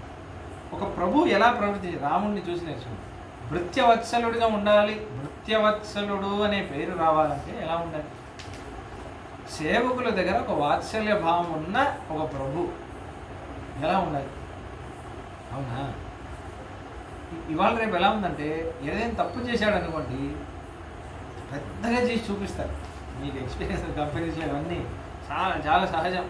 ఎందుకు చేసావు, ఇలా ఎందుకు చేసావు, అలా అవుతుంది. ఎవడు కావాలని చేయడు. తప్పు చేయాలి, తప్పు చేసేసి మంచిగా ఇది చేయాలి. వాడు తప్పు చేస్తే వాడికి తిట్లు పడతాయని వాడికి తెలియదా కదా. ఎవరు కావాలని చేయరు. వీళ్ళందరూ మర్చిపోయేది ఏంటంటే, నాకు ఒకసారి నవ్వుస్తుంది, కంపెనీస్లో కూడా RCA అని ఒకటి చేస్తారు, రూట్ కాజ్ అనాలిసిస్. ఈ తప్పు ఎందుకు జరిగింది అన్న విషయం. ఆ తప్పు ఎందుకు జరిగింది అంటే ఏంటంటే, ఇప్పుడు వీడి వల్ల తప్పు తెలిసింది అనుకోండి, ఒకటి చెప్పాడు ఇదే మిస్టేక్, ఆ తప్పు ఎలా జరిగింది వీడు అన్నాడు, వాడు ఇంకోటి గురించి చెప్తాడు, వాడు సరిగ్గా చేయలేదు అందుకే ఈ తప్పు చేయదు, వాడు ఇంకోటి చెప్తాడు. అంటే రూట్ కాజ్ అనాలిసిస్ అంటే ఏంటంటే బ్లేమ్ గేమే అది. ఇప్పుడు నువ్వు రూట్ కాజ్ తెలుసుకొని ఏం చేస్తావు, తప్పు జరిగింది, రూట్ కాజ్ తెలుసుకున్నావు, అదేంటంటే ఇంప్లిమెంట్ చేసేటప్పుడు అదొక గొడవలాగా అయిపోతుంది. నేను కాదు వాడు, వాడు కాదు వీడు, వీడు కాదు వీడు నాకు సరిగ్గా చెప్పలేదు అంటారు. అలా అయిపోతుంది. అలా కాకుండా చిన్న విషయం ఇది, పర్సనల్గా తప్పు ఒకటి చేసినా వాడితో పర్సనల్గా మాట్లాడు, ఇలా అయిందా, సర్లే పోనీలే అవుతూ ఉంటాయి. వీళ్ళు మర్చిపోయేది ఏంటంటే ఒక విషయం, భగవంతుడు అని ఉన్నాడు అని మర్చిపోతారు. రూట్ కాజ్ అంటే నువ్వు జాగ్రత్తగా ఉంటే తప్పే చేయవా, ఎక్కడో ఒకటి దొరుకుతావు. ఎందుకంటే నీకు ఒకటి గుర్తు రావాలన్నా మర్చిపోవాలన్నా నేను సంకల్పిస్తేనే జరుగుతుంది అంటున్నాడు కృష్ణుడు. మత్త స్మృతి జ్ఞానం అపోహనం. ఇప్పుడు ఇవాళ ఒక ఇష్యూ ఉంది, why are you not able to fix it అని అడుగుతారు ఒకసారి. 2 రోజులు అయింది ఎందుకు ఫిక్స్ చేయలేదు అంటే, నువ్వు ప్రయత్నం చేయి కానీ వాడు సంకల్పిస్తేనే నీకు గుర్తొస్తుంది తప్పు ఎక్కడందో. వాడి ఆ దృష్టి జ్ఞానం నీకు ఇస్తేనే నీకు గుర్తొస్తుంది ఎక్కడ తప్పు జరిగింది, లేకపోతే నీకు రాదు. ఎంత ప్రయత్నించినా రాదు. అదొక పాపం, ఆ పాపం పోతే నీకు గుర్తొస్తుంది. అదే విషయం. మహాభారతంలోనే ఉంది ఈ విషయం. మహాభారతంలో అర్జునుడు చిన్న రెస్ట్ ఒకటి, జయద్రథ వధం, ఆ రోజు జయద్రథుడిని వధం చేయాలి అని ఒక ప్రతిజ్ఞ. సాయంకాలం సూర్యాస్తమం అయ్యే లోపు జయద్రథుడిని వధం చేస్తాడు. ఎందుకంటే జయద్రథుడే అభిమన్యుని చంపుతాడు. అది ఒక ప్రతిజ్ఞ తీసుకుంటాడు. యుద్ధం చేస్తాడు. మధ్యాహ్నం ఒక కొంచెం రెస్ట్, గుర్రాలు కూడా చాలా టైర్డ్ అయిపోయాయి. కృష్ణుడు గుర్రానికి ఆహారం అంతా పెట్టి దానికి దెబ్బలు ఏమైనా తాకుంటే దానికి డ్రెస్సింగ్ అంతా చేస్తుంటాడు. అర్జునుడు కొంతసేపు కూర్చొని ఉంటే కౌరవుల సైన్యం నుంచి కొంతమంది వస్తారు. వచ్చేసి అర్జునుడితో యుద్ధం చేస్తాడు. యుద్ధం చేస్తుంటే అర్జునుడు ఇదే సరి అయిన సమయం, అర్జునుడు ఒంటరిగా దొరికాడు, వీటితో యుద్ధం చేద్దామని యుద్ధం చేస్తే కృష్ణుడు దూరం నుంచి చూస్తున్నాడు. గుర్రాలతో అవన్నీ చూస్తున్నారు. అర్జునుడు యుద్ధం చేస్తాడు. వాళ్ళు భయపడి వెళ్ళిపోతే దాని తర్వాత వాళ్ళు అనుకుంటారు అన్నమాట, ఏంట్రా మనం ఎంత నీచులం రా, మనం అసమర్థులం రా, యుద్ధంలో అర్జునుడిని గెలవలేమంటే సరే, ఒంటరిగా ఉన్నప్పుడు కూడా అర్జునుడితో మనం యుద్ధం చేయలేమంటే మనం నిజంగా వేస్ట్ రా, మనకు సమర్థతే లేదు అని అంటారు. ఇదే విషయం సంజయుడు ధృతరాష్ట్రుడికి చెప్తున్నాడు. మహాభారతం అదే కదా, అక్కడ ఒక ఆపుతారు వేదవ్యాసుడు. అప్పుడు ధృతరాష్ట్రుడు ఒక ప్రశ్న అడుగుతారు, మహాభారతంలోనే వస్తుంది. వాళ్ళు చెప్పేది నిజమే కదా సంజయ, ఎందుకు అంటే అర్జునుడితో అసలు యుద్ధమే చేయలేమా, ఇలా ఒంటరిగా ఉన్నప్పుడు కూడా యుద్ధం చేయకపోతే నిజంగా ఏంటిది అని అడుగుతారు. అప్పుడు సంజయుడు ఒక మాట అంటారు, స్వామి మీరు ఒక విషయం గమనించాలి, కృష్ణుడు దూరంగా ఉన్నాడు, గుర్రానికి ఏదో చేస్తున్నాడంటే అర్జునుడికి ఒంటరిగా ఉన్నాడు అనుకోవద్దు. కృష్ణుడు చూస్తూ ఉన్నాడు, ఎప్పుడు పక్కనే ఉన్నాడు. కృష్ణుడు పక్కన లేని ఒక స్థితి లేదు. దాని తర్వాత ఏమని జరిగిందో నేను చెప్తాను, మీకు అర్థమవుతుంది అని ఒక విషయం చెప్తాను. అప్పుడు వాళ్ళు యుద్ధం చేయడానికి వచ్చిన సైనికులు మాట్లాడతారు, నేను ఒక అస్త్రం విద్య ఒకటి నేను తపస్సు చేసి నేర్చుకున్నాను, అది అర్జునుడి మీద ప్రయోగించాలి అని. మరి ఏమైందా, ఎందుకు ప్రయోగించలేదు, కరెక్ట్గా అప్పుడు నాకు గుర్తు రాలేదు, ఆ మంత్రాన్ని నేను మర్చిపోయాను అంటారు ఒకడు. ఇంకొకడు, రే నేను ఇక్కడ నుంచి నేను ఇలా అర్జునుడిని కొట్టాలనిపించినప్పుడు నువ్వు అక్కడి నుంచి రావాల్సిందిరా అని అంటారు.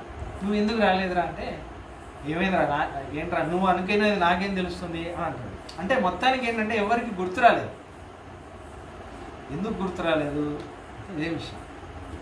కృష్ణుడు సంకల్పిస్తేనే గుర్తొస్తుంది, తక్కువ అని గుర్తొస్తుంది ఆ టైంకి. ఎగ్జామ్ పరీక్ష కూడా అంతే, ఆ టైంకి మీరు గుర్తొచ్చింది అనుకోండి మీరు నెగ్గేస్తారు, గుర్తు రాలేదనుకోండి ఇంకా అంతే. కాబట్టి అలానే గుర్తు రావాలి, దానికి ఆయన అనుగ్రహం ఉంటేనే గుర్తొస్తుంది. కాబట్టి అలానే ఎందుకు ఈ విషయం చెప్తున్నానంటే, భృత్యవత్సలుడుగా ఉండాలి. ఊరికే తప్పుల్ని పెద్ద మ్యాగ్నిఫైయింగ్ గ్లాస్ చేసి చూపించదు. ఒక వాత్సల్య భావన ఉండాలి. అవునా, పర్లేదు అవుతూ ఉంటుంది, సొల్యూషన్ గురించి ఆలోచించాలి. పోనీలే ఇప్పుడు ఏం చేయాలి తర్వాత అనేది ఆలోచన. అలానే వీడు కూడా భర్తృవత్సలుడుగా ఉండాలి. అంటే అప్పుడే ఇద్దరు గల పరస్పరంగా ఒక ప్రభు దాసుడు అలా ఉన్నాడు అనుకోండి, అప్పుడే బాగుంటుంది, అటువంటిదే బాగుంటుంది. కృష్ణుడు అర్జునుడు కూడా అలానే ఉంటారు, ఒకళ్ళతో ఒకళ్ళు వాత్సల్య భావంతో ఉంటారు. అర్జునుడు కృష్ణుడితో ప్రేమగా ఉంటాడు, కృష్ణుడు కూడా అర్జునుడితో ప్రేమగా ఉంటాడు. అందుకే వాళ్ళ సారథ్యం నడిచింది యుద్ధంలో. ఇదే కర్ణుడు రిపీట్ చేస్తాను అనుకుంటాడు. కర్ణుడు కూడా ఒక సారథిగా మన శల్య మహారాజాని పెట్టుకుంటాడు కదా. ఎందుకు వర్కౌట్ అవ్వదు, ఎందుకంటే శల్యుడికి కర్ణుడి మీద గౌరవం లేదు, కర్ణుడికి శల్యుడి మీద గౌరవం లేదు. అందుకే శల్యుడు వదిలేసి వెళ్ళిపోతాడు. అది ఎందుకు వదిలేసి వెళ్ళిపోతాడు కదా, తర్వాత ఎప్పుడేం చెప్తాను, ప్రసంగం ముందుకెళ్ళాలి. అయితే ఎందుకంటే ఆ వాత్సల్య భావం లేదు, పరస్పరం ఒక ప్రేమ భావం లేదు. అలానే ఇక్కడ రాముడు అంటున్నారు, చాలా ఆశ్చర్యంగా, జానామి పరమాం భక్తిం అహం తే భర్తృవత్సల శృణుచామి దర్తం త్వాం ప్రేషయామి పురీమితః. దాని తర్వాత ఒక విషయం అంటుంది, సొంత నేను ఎందుకు మిమ్మల్ని వెళ్ళమంటున్నానంటే ఒక రహస్యం, అది మీకు చెప్తాను వినండి. ఒక రహస్యం, ఎందుకంటే విపరీతే తుష్టిహీనా వనవాసం గతే మయి రాజానం నాతిశంకేత మిథ్యావాదీతి ధార్మికం. నేను వనానికి ఎందుకు వచ్చాను, నేను వనవాసం ఎందుకు చేస్తున్నాను, మా నాన్నగారిని సత్యప్రతిజ్ఞ, మా నాన్నగారు దశరథ మహారాజు యొక్క సత్యప్రతిజ్ఞని, సత్యంయందు మా నాన్నగారిని నిలబెట్టడానికి కోసం నేను వనవాసానికి వెళ్తున్నాను. ఇప్పుడు నేను వనానికి వెళ్ళాను, వనవాసానికి వనంలో చేరుకొని నేను వనవాసంలో ఉంటున్నాను అనే విషయము ఊర్లో ఉన్న వాళ్ళకి ఎలా తెలుస్తుంది? చూసింది మీరు ఒక్కళ్ళే వచ్చారు, మా ముగ్గురు కాకుండా. మీరు వెళ్ళి చెప్తేనే కదా తెలుస్తుంది. లేకపోతే కైకం ఏమనుకుంటుంది? ఎందుకంటే రాజరహస్యం అని కొన్ని ఉంటాయి, రాజతంత్రం. రాజులందరూ ఏం చేస్తారంటే కొన్ని సీక్రెట్స్ మెయింటైన్ చేస్తారు. అలా ఇక్కడే పక్కనే ఒక రాజ్యం, అయోధ్యలోనే ఒక చిన్న ఊరిలో రహస్యంగా రాముణ్ణి ఉంచేసి రాముణ్ణి వనవాసం పంపించాడు అని ఒక అబద్ధం ఆడుతున్నాడేమో దశరథ మహారాజా అని ఒక రూమర్ స్ప్రెడ్ అవుతుంది. నేను వచ్చిందే ఎందుకు? మా నాన్నగారిని సత్యవాదిగా చేయడానికి. కానీ మీరు వెళ్ళకపోతే దానికి ఫలితమే ఉండదు. మా నాన్నగారిని ఒక ద్రోహిలా చూస్తారు. ముఖ్యంగా కైకమ్మ నిజంగా వనవాసం పంపించారా లేదా, మీరు రాముడు వనవాసం వెళ్ళాడని రుజువేంటి అడుగుతారు. అప్పుడు మీరు వెళ్ళి చెప్తేనే కదా తెలుస్తుంది. కాబట్టి ఇంకోటి ఏంటంటే, ఒకవేళ మీరు వెళ్ళలేదనుకోండి, ఇంకా పొడిచి అదే చెప్పి మా నాన్నగారిని మాటలతోనే క్రౌర్యంగా పొడిచి చంపేస్తుంది కైకమ్మ. అది తట్టుకోలేక మా నాన్న మరణిస్తారు. నేను వనవాసం వచ్చిన ప్రయోజనమే పోతుంది. అప్పుడు అది రుజువు కాకుండా మా నాన్నగారు అసత్యవాదిగా మరణిస్తారు. కాబట్టి ఇవన్నీ జరగకూడదంటే మీరు వెళ్తేనే సాధ్యం. మీరు వెళ్ళి కైకమ్మకి రాముడు వనవాసం చేరుకున్నాడు అని మీరు చెబితేనే మా నాన్న సత్యవాదిగా అవుతారు. కాబట్టి మా నాన్నగారు సత్యవాదిగా అవ్వడం మీ చేతిలోనే ఉంది. కాబట్టి అందుకే మీరు వెళ్ళాలి అని అంటున్నాను. నా కోసం వెళ్ళండి దయచేసి అని అంటున్నారు. మమ ప్రియార్థం రాజశ్చ సుమంత్రాం త్వాం పురీవ్రజ సందిష్టశ్చాపి యానార్థాన్ భూయస్తథా తథా. అలా వెళ్ళి అందరికీ ధైర్యం నింపి, ఎవరికి ఏ లోటు జరగకుండా, ఎవరికి ఏ ప్రాణహాని జరగకుండా, అటువంటి ఎలా మాట్లాడితే వాళ్ళందరూ శాంతిగా ఉంటారో, ధైర్యం తెచ్చుకుంటారో అవన్నీ మాట్లాడడం మీ చేతిలోనే ఉంది. దాని తర్వాత ఎందుకు అంటే, ఇప్పుడు ఒక ప్రశ్న, సుమంత్రుడు ఇంత బతిమాలినా రాముడు ఎందుకు తీసుకెళ్ళలేదు? నిజంగా భర్తీ వత్సలుడైతే తీసుకెళ్ళాల్సింది కదా ఒక ప్రశ్న. దానికి ఒక జవాబు, అందమైన జవాబు ఏంటంటే, సుమంత్రుడు రథంలో తీసుకెళ్ళి వదిలేసి, వనంలో వదిలేసి ఖాళీగా వచ్చాడు. అక్కడ ఒక లోటు ఉండిపోయింది. ఆ లోటుని కృష్ణుడు కృష్ణావతారంలో తీరుస్తుంది. కృష్ణావతారంలో ఏం జరుగుతుందంటే, ఇక్కడ వనంలో సుమంత్రుడు వదిలేసి మళ్ళీ నగరానికి ఖాళీగా వచ్చారు కదా, అక్కడ అక్రూరుడు ఖాళీగా వృందావనానికి వెళ్తారు. ఇక్కడ వనానికి రాముణ్ణి తీసుకెళ్ళి వదిలారు, వనానికి ఖాళీగా వచ్చారు, పురానికి ఖాళీగా వచ్చారు. అక్కడ అక్రూరుడు ఖాళీగా వనానికి వెళ్తారు, కానీ వచ్చేటప్పుడు కృష్ణుడితో మధురా నగరానికి వస్తారు. ఆ సుమంత్రుడే ఈ అక్రూరుడిగా అవతారం చేస్తే ఆ సుమంత్రుడి లోటుని కృష్ణుడు తీర్చాడు. ఇది కృష్ణావతారం. రాముడు రామావతారంలో మిగిలిన కొన్ని పనులన్నీ కృష్ణుడు పూర్తి చేశాడు అని అంటారు. ఇలా చాలా ఉదాహరణలు ఉన్నాయి. సూర్యపుత్రుడిని కాపాడి ఇంద్రపుత్రుడిని చంపాడు రాముడు. సూర్యపుత్రుడు సుగ్రీవుడు, ఇంద్రపుత్రుడు వాలి.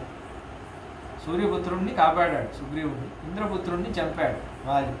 కృష్ణావతారంలో ఇంద్రపుత్రుడిని కాపాడాడు, సూర్యపుత్రుడిని చంపాడు. ఇంద్రపుత్రుడు అర్జునుడు, సూర్యపుత్రుడు కర్ణుడు. అలా రామావతారంలో ఉన్న కొన్ని విషయాలని కృష్ణావతారంలో పూర్తి చేశాడు. కొన్ని విషయాలన్నీ అలా ఉన్నాయి. అలానే ఇదొక విషయం అద్భుతమైన. అందుకే అక్రూరుడే సుమంత్రుడే అక్రూరుడిగా అవతారం చేశాడు. అందుకే కృష్ణుడికి అక్రూర వరదుడు మనకు పేరు, అక్రూర వరద అని పేరు కృష్ణుడికి. మన కృష్ణ అష్టోత్తరంలో విదురాక్రూర వరదాయ నమః. విదుర వరదుడు, అక్రూర వరదుడు. అని ఒక పేరు. దాని తర్వాత ఇంకా అలా చెప్పారు. ఇంకా సుమంతుడికి అర్థమైపోయింది. అర్థమైంది నేదాని గుహయోగ్యోయం వాసో మే రజనే వనే సజనే వనే అవశ్యమాశ్రమే వాస కర్తవ్యస్తద్గతో విధి. కాబట్టి నేను ఇక వనవాసం ప్రారంభం చేస్తున్నాను ఇక్కడి నుంచే. సుమంత్రుడు ఉండగానే, ఎందుకంటే వనవాస దీక్ష తీసుకున్నాడు అని సుమంత్రుడు నా కళ్ళతో నేను చూశాను అని చెప్పాలి కదా ఏకమే. అక్కడే వనవాస దీక్ష తీసుకున్నాడు. నెగ్రో దక్షీరమానయ అని అంటున్నారు. మర్రిపాలను తీసుకొని రా గుహ అంటున్నారు. ఈ మర్రిపాలు ఏంటంటే మర్రిపాలు కొంచెం జుట్టుగా అలా అయిపోతుంది, గట్టిగా అయిపోతుంది. ఎన్నిసార్లు నదిలో స్నానం చేసినా ఏం చేసినా ఆ తాపస వేషం అలానే ఉంటుంది. అలా ఒక జటాముడి ధరించుకున్నారు అనుకోండి, అలానే ఉండిపోతుంది. అందుకే తపస్సులు యోగులందరూ మర్రిపాలు పూసుకొని ఇలా ధరించుకుంటారు. అలా మర్రిపాలు తీసుకొని దాన్ని పూసుకొని రాముడు లక్ష్మణుడు ఇలా జటాముడిని ధరించుకుంటే అక్షీరం రాజపుత్రాయ అలా తీసుకురాగానే దాని తర్వాత తౌ తదా చీర సంపన్నౌ జటామండలధారిణౌ అశోభేతా ఋషిసమౌ భ్రాతరౌ రామలక్ష్మణౌ అని అంటారు వాల్మీకి. రామలక్ష్మణుడు ఋషులు సమానంగా కనిపిస్తున్నారు జటాముడి ధరించుకోగానే. ఏదో ఇద్దరు ఋషులు అన్నదమ్ములు ఉన్నారేమో అన్నట్టు అనిపిస్తుంది. అప్రమత్తో బలేకోశో దుర్గే జనపదే తదా భవేదా గుహరాజ్యం హి గురారక్షతమం మతం. కాబట్టి దాని తర్వాత ఏం చేశారు? ఆరోహత్వం నరవ్యాగ్రస్థితాం నావమివం శనైః సీతాం చారోపయాన్ వక్షం పరిగృహ్య మనస్విని.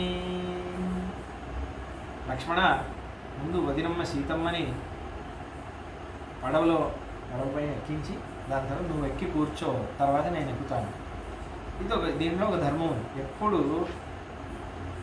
ఒక పడవలో కానీ ఎక్కడైనా ప్రయాణం చేస్తునేటప్పుడు ఆడవాళ్ళని ముందు ఎక్కించి ఈయన ఎక్కాలి అని, భర్త తర్వాత ఎక్కాలి అని ఒక ధర్మశాస్త్రం. ఎందుకంటే ఆవిడ సేఫ్టీ చూడడం ఈయన యొక్క కర్తవ్యం. చాలా లౌకికమైన ఉదాహరణ ఏంటంటే ట్రైన్ ఈయన ఎక్కేసాడు అనుకోండి, ట్రైన్ కదిలింది అనుకోండి, ఆవిడ పాపం కష్టపడుతుంది. అదే ఈవిడ బస్ ఎక్కి ఈయన ఏదో ఒకటి చేసి ఎక్కుతాడు. అందుకే ముందు ఆవిడ సేఫ్టీని చూడడం ఈయన కర్తవ్యం. అందుకే సీతమ్మని లక్ష్మణుడితో ఎక్కించి సీతమ్మకి సేఫ్టీ. ఎందుకంటే మళ్ళీ ఆ పడవ ముందు వెనకెళ్ళింది అనుకో, లక్ష్మణుడు ఉంటాడు, తర్వాత రాముడు ఎక్కుతుంది. సీతమ్మ సేఫ్గా ఎక్కి కూర్చుంది అనగానే రాముడు ఎక్కుతుంది. అయితే సభ్రాతుశాసనం శ్రుత్వా సర్వం అప్రతికూలయన్ ఆరోప్య మైథిలీం పూర్వం ఆరురోహాత్మవాన్స్తతః. ఆత్మవంతుడైన లక్ష్మణుడు అని పదం వేస్తాడు. అంటే ఏంటి, రాముడు లక్ష్మణుడి చేతిలో సీతను ఎక్కించమంటున్నాడు, తానే ఎక్కించవచ్చు కదా, తమ్ముడి చేతిలో ఎక్కించమంటున్నాడు ఏంటి అంటే అక్కడ అంటున్నాను ఆత్మవాన్ అంటే మనసులో కొంచెం కూడా కల్మషం లేని లక్ష్మణుడు ఎక్కిస్తాడు. ఎందుకంటే మన దృష్టి తప్పుగా ఉంటుంది ఇది చదివితే, అది చెప్పడానికి కోసం వాల్మీకి మహర్షి అంటారు. వదినంటే మాత్ర సమానంగా చూస్తాడు. ఎంత మాత్ర భక్తియో తర్వాత తెలుస్తుంది కిష్కింధకాండలో. రూపురేత్య విజానామి నిత్యం పాదాభివందన అంటారు కదా. సీతమ్మ యొక్క ఆభరణాలని కనిపెట్టు లక్ష్మణ అంటే, నాకు ఆవిడ వేసుకున్న గాజులు తెలియదు, నగలేం తెలీదు, కానీ గజ్జలు తెలుసు. ఎందుకంటే నేను అదొక్కటే చూశాను. నిత్యం పాదాభివందన, నేను సంధ్యావందనం చేయగానే వదిన ప్రతిరోజు నమస్కరిస్తాను అన్నయ్య, కాబట్టి ఈ గజ్జలు వదినదే అని అంటారు. ఆవిడ వేసుకున్న నగలు కూడా తెలియదు. అంత మాతృభక్తి సీతమ్మ అంటే లక్ష్మణుడికి. కాబట్టి అలా ఎక్కించి కూర్చోబెట్టాడు. దాని తర్వాత చాలా అర్థంగా ఒక మాట అంటున్నాడు రాముడు ఎప్పుడు బయలుదేరేటప్పుడు అంటే కుశల ప్రశ్నలు చేయడం అని ఒకటి ఉంది, ఒక ధర్మం. వాళ్ళ ధర్మానికి అనుగుణంగా వాళ్ళు స్వధర్మం కరెక్ట్గా చేస్తున్నా లేదా అని ఒక ప్రశ్న చేయడం. బాగున్నారా, చదువుకున్నాడు అనుకోండి, వాళ్ళకి తగినట్టు అడగాలి. నేను బాగా చదువుకుంటున్నావా, ఇబ్బంది ఏం లేదు కదా అని అడగాలి. ఉద్యోగం బాగా చేస్తున్నా అని అడగాలి. ఆ సంస్కృతి మనలోనే ఉంది. మీరేమి అమెరికా వెళ్తే అవన్నీ అడగరు. కావాలంటే చూడండి, హాయ్ హలో అవర్ యూ అంతే అంటారు. దాని తర్వాత వాళ్ళ పని వాళ్ళు చేసుకుంటారు. కుశల ప్రశ్న అనే ధర్మం. దాని తర్వాత వెళ్ళేటప్పుడు కూడా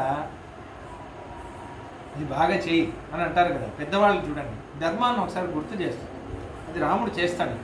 గుడిని వెళ్ళేటప్పుడు రాజ్యం అంతా బాగుందా అని అడిగిన రాముడు బయలుదేరేటప్పుడు అప్రమత్తో బలేకోశో గుహ అప్రమత్తంగా ఉండు, నీ బలం వైపు అప్రమత్తంగా ఉండు, కోశం నీ రాజ్యానికి ధనం సేకరించడంలో, దుర్గం జనపదేతత నేను బాగా చూసుకో, జనాల్ని బాగా చూసుకొని ఒక రాజుగా నీ కర్తవ్యాన్ని బాగా చేయి, నువ్వు బాగా చేస్తే నాకు చాలా సంతోషం అనేది చెప్పేసి ఒక ఆశీర్వాదం లాగా చేసి ధర్మాన్ని గుర్తు చేసి రాముడు బయలుదేరుతాడు. ఇది మహనీయుల యొక్క ధర్మానుష్ఠానం. చాలామందిని చూశాను నేను, అలానే ఉంటారు. ఇది మహనీయులేలా ఉండాలని మన భారతదేశంలో గ్రామంలో కూడా అందరూ అనుష్ఠిస్తారు ఇవన్నీ. ఇంటి నుంచి బయలుదేరేటప్పుడు బాగా చదువుకో, నీ పెళ్ళి జరగాలి అలా దీవించేసి వస్తారు. మళ్ళీ ఆ ధర్మాన్ని గుర్తు చేసి వస్తారు. వెళ్ళేటప్పుడు ఆల్ ది బెస్ట్, ఎగ్జామ్స్కి ఆల్ ది బెస్ట్ ఏదో ఒకటి అలా చెప్పేసి వస్తారు. అది రాముడి నుంచి వచ్చిందే. చెప్తున్నాను కదా, రామాయణానికి మనం వారసులం. రామాయణం తెలిస్తేనే ఈ ధర్మాలన్నీ మనకు ఎలా వచ్చాయో తెలుస్తుంది. రామాయణంలో ఉన్న ధర్మాలు మనం చేస్తే చాలు. ఒకటి అలా చేయగానే దాని తర్వాత అతారురోహ తేజస్వి స్వయం లక్ష్మణ పూర్వజ తతో నిషాదాధిపతిర్ గృహోజ్ఞాతీర్ ప్రచోదయతే. దాని తర్వాత రాముడు ఎక్కంగానే పడవ కదిలింది. కదలగానే రాముడు ప్రార్థన చేస్తున్నాడంట. దైవీం నావం అనే ఋగ్వేదంలో ఒక మంత్రం ఉంది.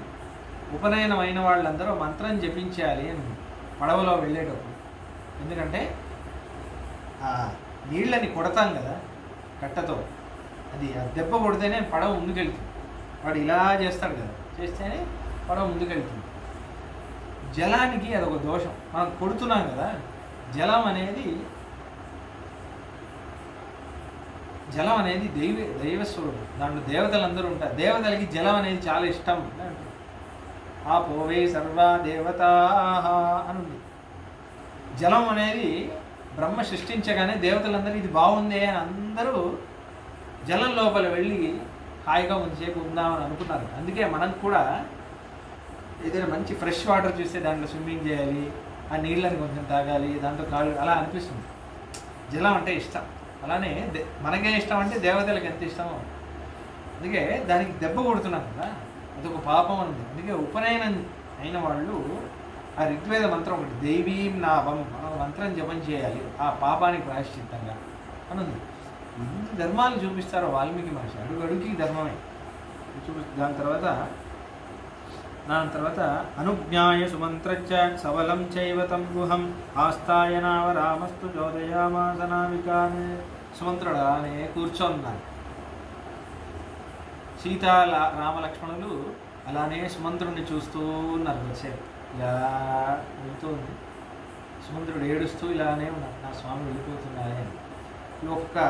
ఈ ఒక్క సీన్ మాత్రం ఈ రామాయణంలో యానిమేషన్ వచ్చింది.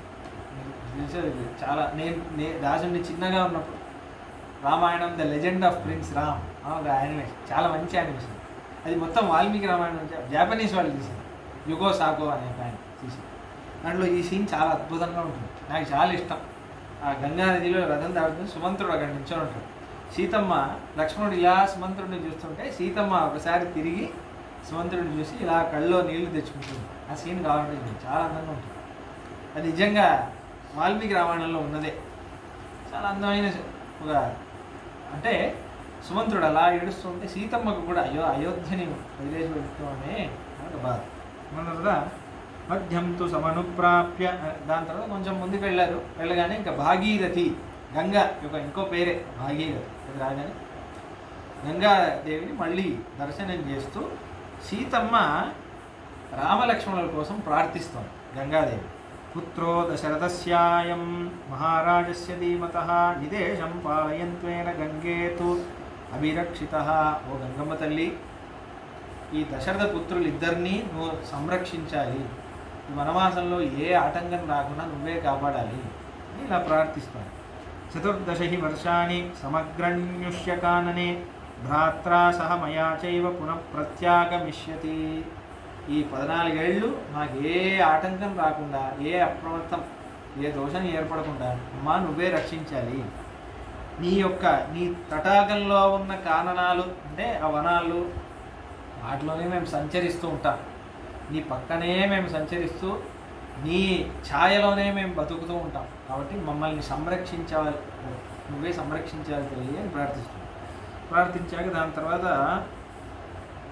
తర్వాత మేము వెళ్ళి మళ్ళీ మా ఆయన మళ్ళీ అయోధ్య పట్టణంలో మహారాజుగా పట్టాభిషిక్తులై ఈ అయోధ్య నగరాన్ని ఏలాలి అన్నట్టు నువ్వు అనుగ్రహించాలి. కొన్ని ప్రార్థనలన్నీ చేస్తుంది.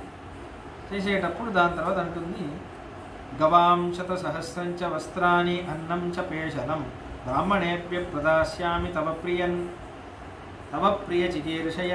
నీ ప్రీతి కోసం ఇదంతా నువ్వు చేస్తే నేను 1000 ఆవుల్ని బ్రాహ్మణులకి దానం చేస్తాను అని ఇలా కోరుకున్నాను. దాని తర్వాత అంటుంది, సురాఘట సహస్రేణ మాంసభూతోదనేన చ యక్ష్యే త్వాం ప్రియతాం దేవి పురీ పునరుపాగత. మేము క్షేమంగా అయోధ్యకి తిరిగి వచ్చామంటే నీకు కళ్ళు మాంసం అంతా నేను నివేదనం చేస్తాను అని అంటుంది. నేను తర్వాత చెప్తాను ఎందుకు ఇలా చెప్తుందో. పునరేవ మహాబాహుర్మయా ప్రార్థ్యా చ సంగతః అయోధ్యాం వనవాసాత్ ప్రవిశ్యంతు అనఘోనగే. కాబట్టి నీకు ఇవన్నీ సమర్పిస్తాము, నువ్వు అనుగ్రహం చేయాలి అని ఇలా ప్రార్థించు. అయితే ఇక్కడ మనకు అర్థం ఏంటి, సీతమ్మ ఇలా ప్రార్థిస్తుంది, స్వామి మీరేమో పరమైకాంతి, వైష్ణవుడు అంటే ఇలా ఉండాలి ఎలా ఉండాలి ఏమంటున్నారు, ఇప్పుడేమో ఇలా ప్రార్థిస్తుంది ఏంటి, ఏదో అంటే గ్రామదేవతల్ని ప్రార్థించినట్టు ప్రార్థిస్తుంది. చూస్తే గ్రామదేవతలు అందరూ ఉంటారు కదా, వాళ్ళకే ఈ మాంసం కళ్ళు ఇవన్నీ పెడతారు. అలా సీతమ్మ ప్రార్థిస్తోంది ఏంటి, అయితే వైష్ణవులు కూడా చేయొచ్చా ఇది అని ఒక ప్రశ్న వస్తుంది. మొన్నే 2-3 ఎపిసోడ్స్ ముందే చెప్పాను కదా, ఇవన్నీ వైష్ణవులకి అవసరం లేదు, వైష్ణవులు పరమైకాంతులు, వాళ్ళకి ఏకాంత భక్తిగా ఇవన్నీ పరమైకాంతి అని పేరు వైష్ణవుడికి. పరమైకాంతి అంటే ఏంటంటే, ఏకాంతి అంటే ఏంటంటే శ్రీమన్నారాయణుడు ఒక్కడే అని ఒక మార్గం ఉన్నవాడు ఏకాంత భక్తి. పరమైకాంతి అంటే ఏంటంటే వాడిని పొందడానికి చాలా ఉపాయాలు ఉన్నాయి. తపస్సు ఉంది, భక్తి యోగం ఉంది, జపం ఉంది, అది ఉంది, ఇది ఉంది, ఎన్నో మార్గాలు ఉన్నాయి. కానీ శరణాగతి ఒక్కటే అని ఉంటాడు కదా, వాడిని పరమైకాంతి. ఏకాంతులలో వాడు పరమైకాంతి. ఆ ఒక్క ఉపాయం అంటే భగవత్కృప ఒక్కటే నాకు భగవంతుణ్ణి పొందేలా చేస్తుంది. అంటే నేను భగవంతుణ్ణి పొందాలంటే వాడే కృప చేయాలి. మిగతా ఉపాయాల్లో నా తపస్సు అనకూడదు, నేను తపస్సు చేయాలి, నేను జపం చేయాలి. ఈ శరణాగతి ఒక్కటిలో వాడి కృప కాబట్టి ఇది పరమైకాంతి. ఈ భగవద్ రామానుజాచార్యుల వారు భగవదారాధన విధి రాశారు, శాలిగ్రామాలు నిత్యం అనొక గ్రంథం. దాంట్లో ప్రారంభించేటప్పుడు అత పరమైకాంతినో భగవత్ సమారాధనం వక్ష్యే అని ప్రారంభిస్తారు రామానుజాచార్య. పాంచరాత్ర రక్ష అను వేదాంత స్వామి గ్రంథం రాశారు. దాంట్లో 3వ అధ్యాయంలో ఈ రామానుజాచార్యుల వారి నిత్య గ్రంథానికి వ్యాఖ్యానం రాశారు. మన దౌర్భాగ్యం అది మొత్తం దొరకలేదు వేదాంతేశి వ్యాఖ్యానం. కానీ అత పరమైకాంతినో భగవత్ సమారాధనం వక్ష్యే అనే ఒక్క అర్థానికి 3 పేజీలు వ్యాఖ్యానం రాశారు వేదాంతేశి. పరమైకాంతిన అనే ఒక శబ్దానికి పొంగిపోతున్నారు వేదాంతేశి. నేను చెప్పాను కదా, ఈ అర్థం వేదాంతేశి స్వామి చెప్పింది. పరమైకాంతి అని వైష్ణవులని పరమైకాంతి అని ఎందుకు అంటున్నారు రామానుజాచార్యులు? పరమైకాంతి అంటే ఇదే, ఏకాంత భక్తిగా అనన్య భక్తుడిగా ఉండడం ఒకటి, వేరే అన్ని ఉపాయాలు వదిలేసి శరణాగతి ఒక్కటే ఉపాయం, ధరణ్యాసం ఒక్కటే ఉపాయం. వాడు పరమైకాంతి, ఏకాంతలో పరమైకాంతి అని అంటున్నారు. కానీ స్వామి ఇదంతా ఓకే, దేవతాంతరం అదంతా అవసరం లేదు, శ్రీమన్నారాయణుడు ఒకటి, అది చాలా అక్కడక్కడ వచనాలన్నీ ఉన్నాయి. సుఖమహర్షిని అంటున్నారు శ్రీమద్భాగవతం. యథా తరోర్మూల విశేషణేన ఒక వచనం వస్తుంది భాగవతం. ఒక చెట్టు ఉంది, చెట్టు నుంచి కొమ్మలు వస్తున్నాయి, కొమ్మ నుంచి ఆకులు వస్తున్నాయి, ఆకుల నుంచి పూలు పళ్ళు అన్నీ వస్తున్నాయి. ఈ పూలు పళ్ళు ఇంకా పెరగాలంటే నువ్వు పూలకి నీళ్లు పోస్తావా, వేరుకి నీళ్లు పోస్తావా అని అడుగుతున్నారు సుఖమహర్షి. అయితే జవాబు ఏంటి, వేరుకే నీళ్లు పోస్తా. అలానే ఈ వేరే దేవతలందరూ సుఖంగా ఉండాలన్నా, వాళ్ళకి శక్తి రావాలన్నా కూడా వేరైన శ్రీమన్నారాయణుడికి నువ్వు తలుచుకుంటే చాలు. ఈ వేరే దేవతలందరికీ నువ్వు తలుచుకునే అవసరం లేదు, ఆ ఒక్కడిని తలుచుకో చాలు. వాడికి నువ్వు పూజ చేస్తే వీళ్ళందరూ కూడా సంతోషిస్తారు, వీళ్ళందరికీ కూడా బలం వస్తుంది, వీళ్ళందరికీ కూడా శక్తి వస్తుంది. ఎందుకంటే ఆ చెట్టుని పెంచాలంటే వేరుకే నీళ్లు పోయాలి కదా, కాబట్టి వాడిని ఒక్కడిని పట్టుకో చాలు, ఇంకెవ్వరూ అవసరం లేదు అని అంటున్నాం. అదే మన సిద్ధాంతం. కాబట్టి అలా ఉన్నప్పుడు మరి సీతమ్మే ఇలా చూపిస్తే ఎలా మనకేం తెలుస్తుంది అంటే, ఇక్కడ విషయం ఏంటంటే రామాయణం అనేది వైష్ణవునికి మాత్రమే అని కాదు. రామాయణం అనేది సహజంగా అందరికీ ఒక్కొక్క ధర్మం ఉంటుంది. ఇప్పుడు ఒకడికి భగవద్భక్తియే లేదు, వాడు ఇప్పుడిప్పుడే అట్లీస్ట్ వాడికి అర్థమయ్యే ఏదో విధానంలో వాడు గ్రామదేవత పూజ చేస్తాడు. నువ్వు చేసేది తప్పు, ఇది ఒక్కటే సరైన మార్గం అని చెప్పండి, వాడు అది కూడా చేయడు. అందరికీ సాత్వికత రాదు, సాత్విక గుణం అందరికీ రాదు, అందరికీ కృష్ణుడు అర్థం అవ్వడు. కృష్ణ భక్తి రావాలంటే అందరికీ రాదు, చాలా సులభంగా రాదు. వేదవ్యాస స్వామి ఒక పురాణంలో అంటున్నారు, 21 జన్మలు సూర్యుడు ఎందు భక్తి చేసి 15 జన్మలు బ్రహ్మ ఎందు భక్తి చేసి 7 జన్మలు శివుడి ఎందు భక్తి చేసి దాని తర్వాత ఇలా వెళ్తుంటే అప్పుడే వైష్ణవుడిగా అవుతాడు, అప్పుడే కృష్ణ భక్తి వస్తుంది అంటున్నారు. అందరికీ రాదు, కృష్ణతత్వం అందరికీ అర్థమైపోదు.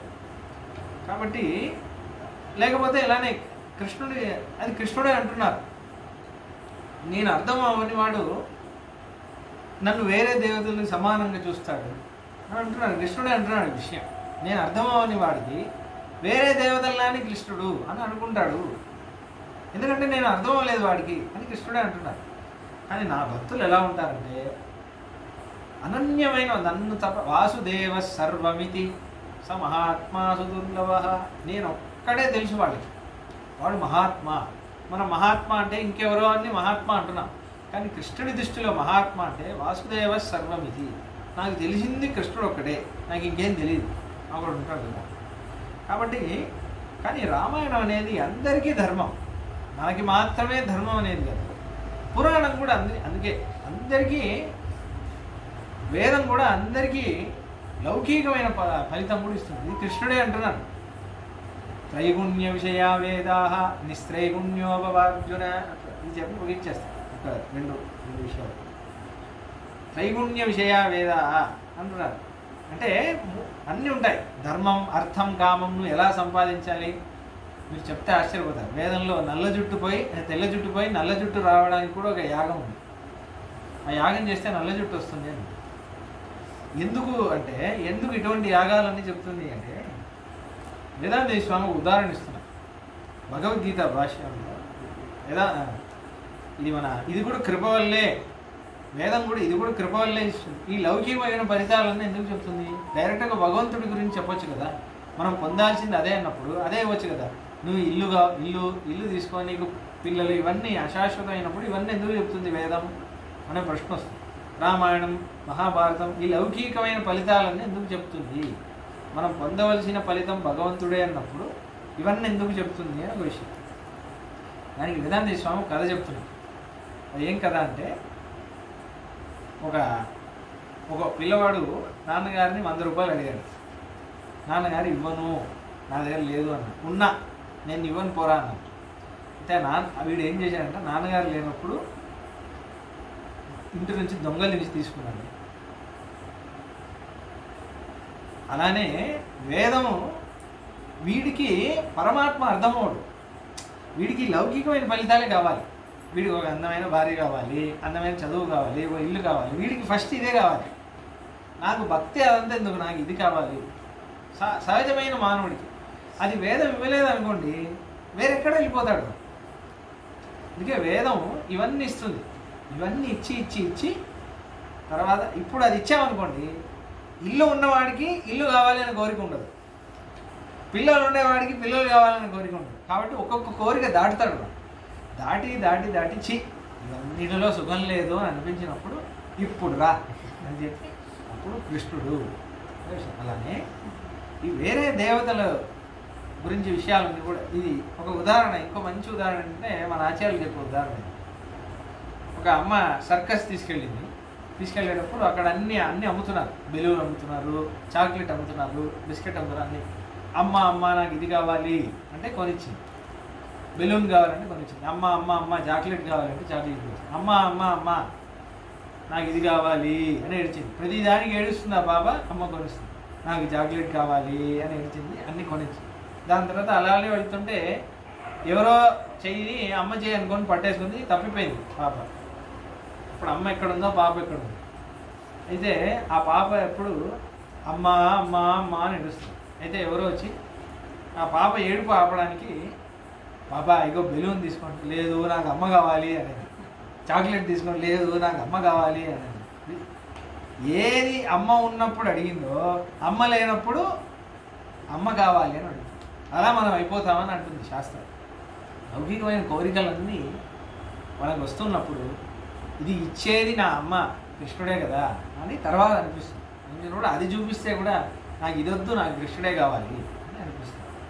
అందుకే లౌకికమైన ఫలితాలు అందరు దేవతల్ని, కొంతమంది గ్రామదేవత పూజ చేస్తారు, వాళ్ళకి అదే ఉంది, ఎందుకంటే వాళ్ళకి అంతే అర్థమవుతుంది.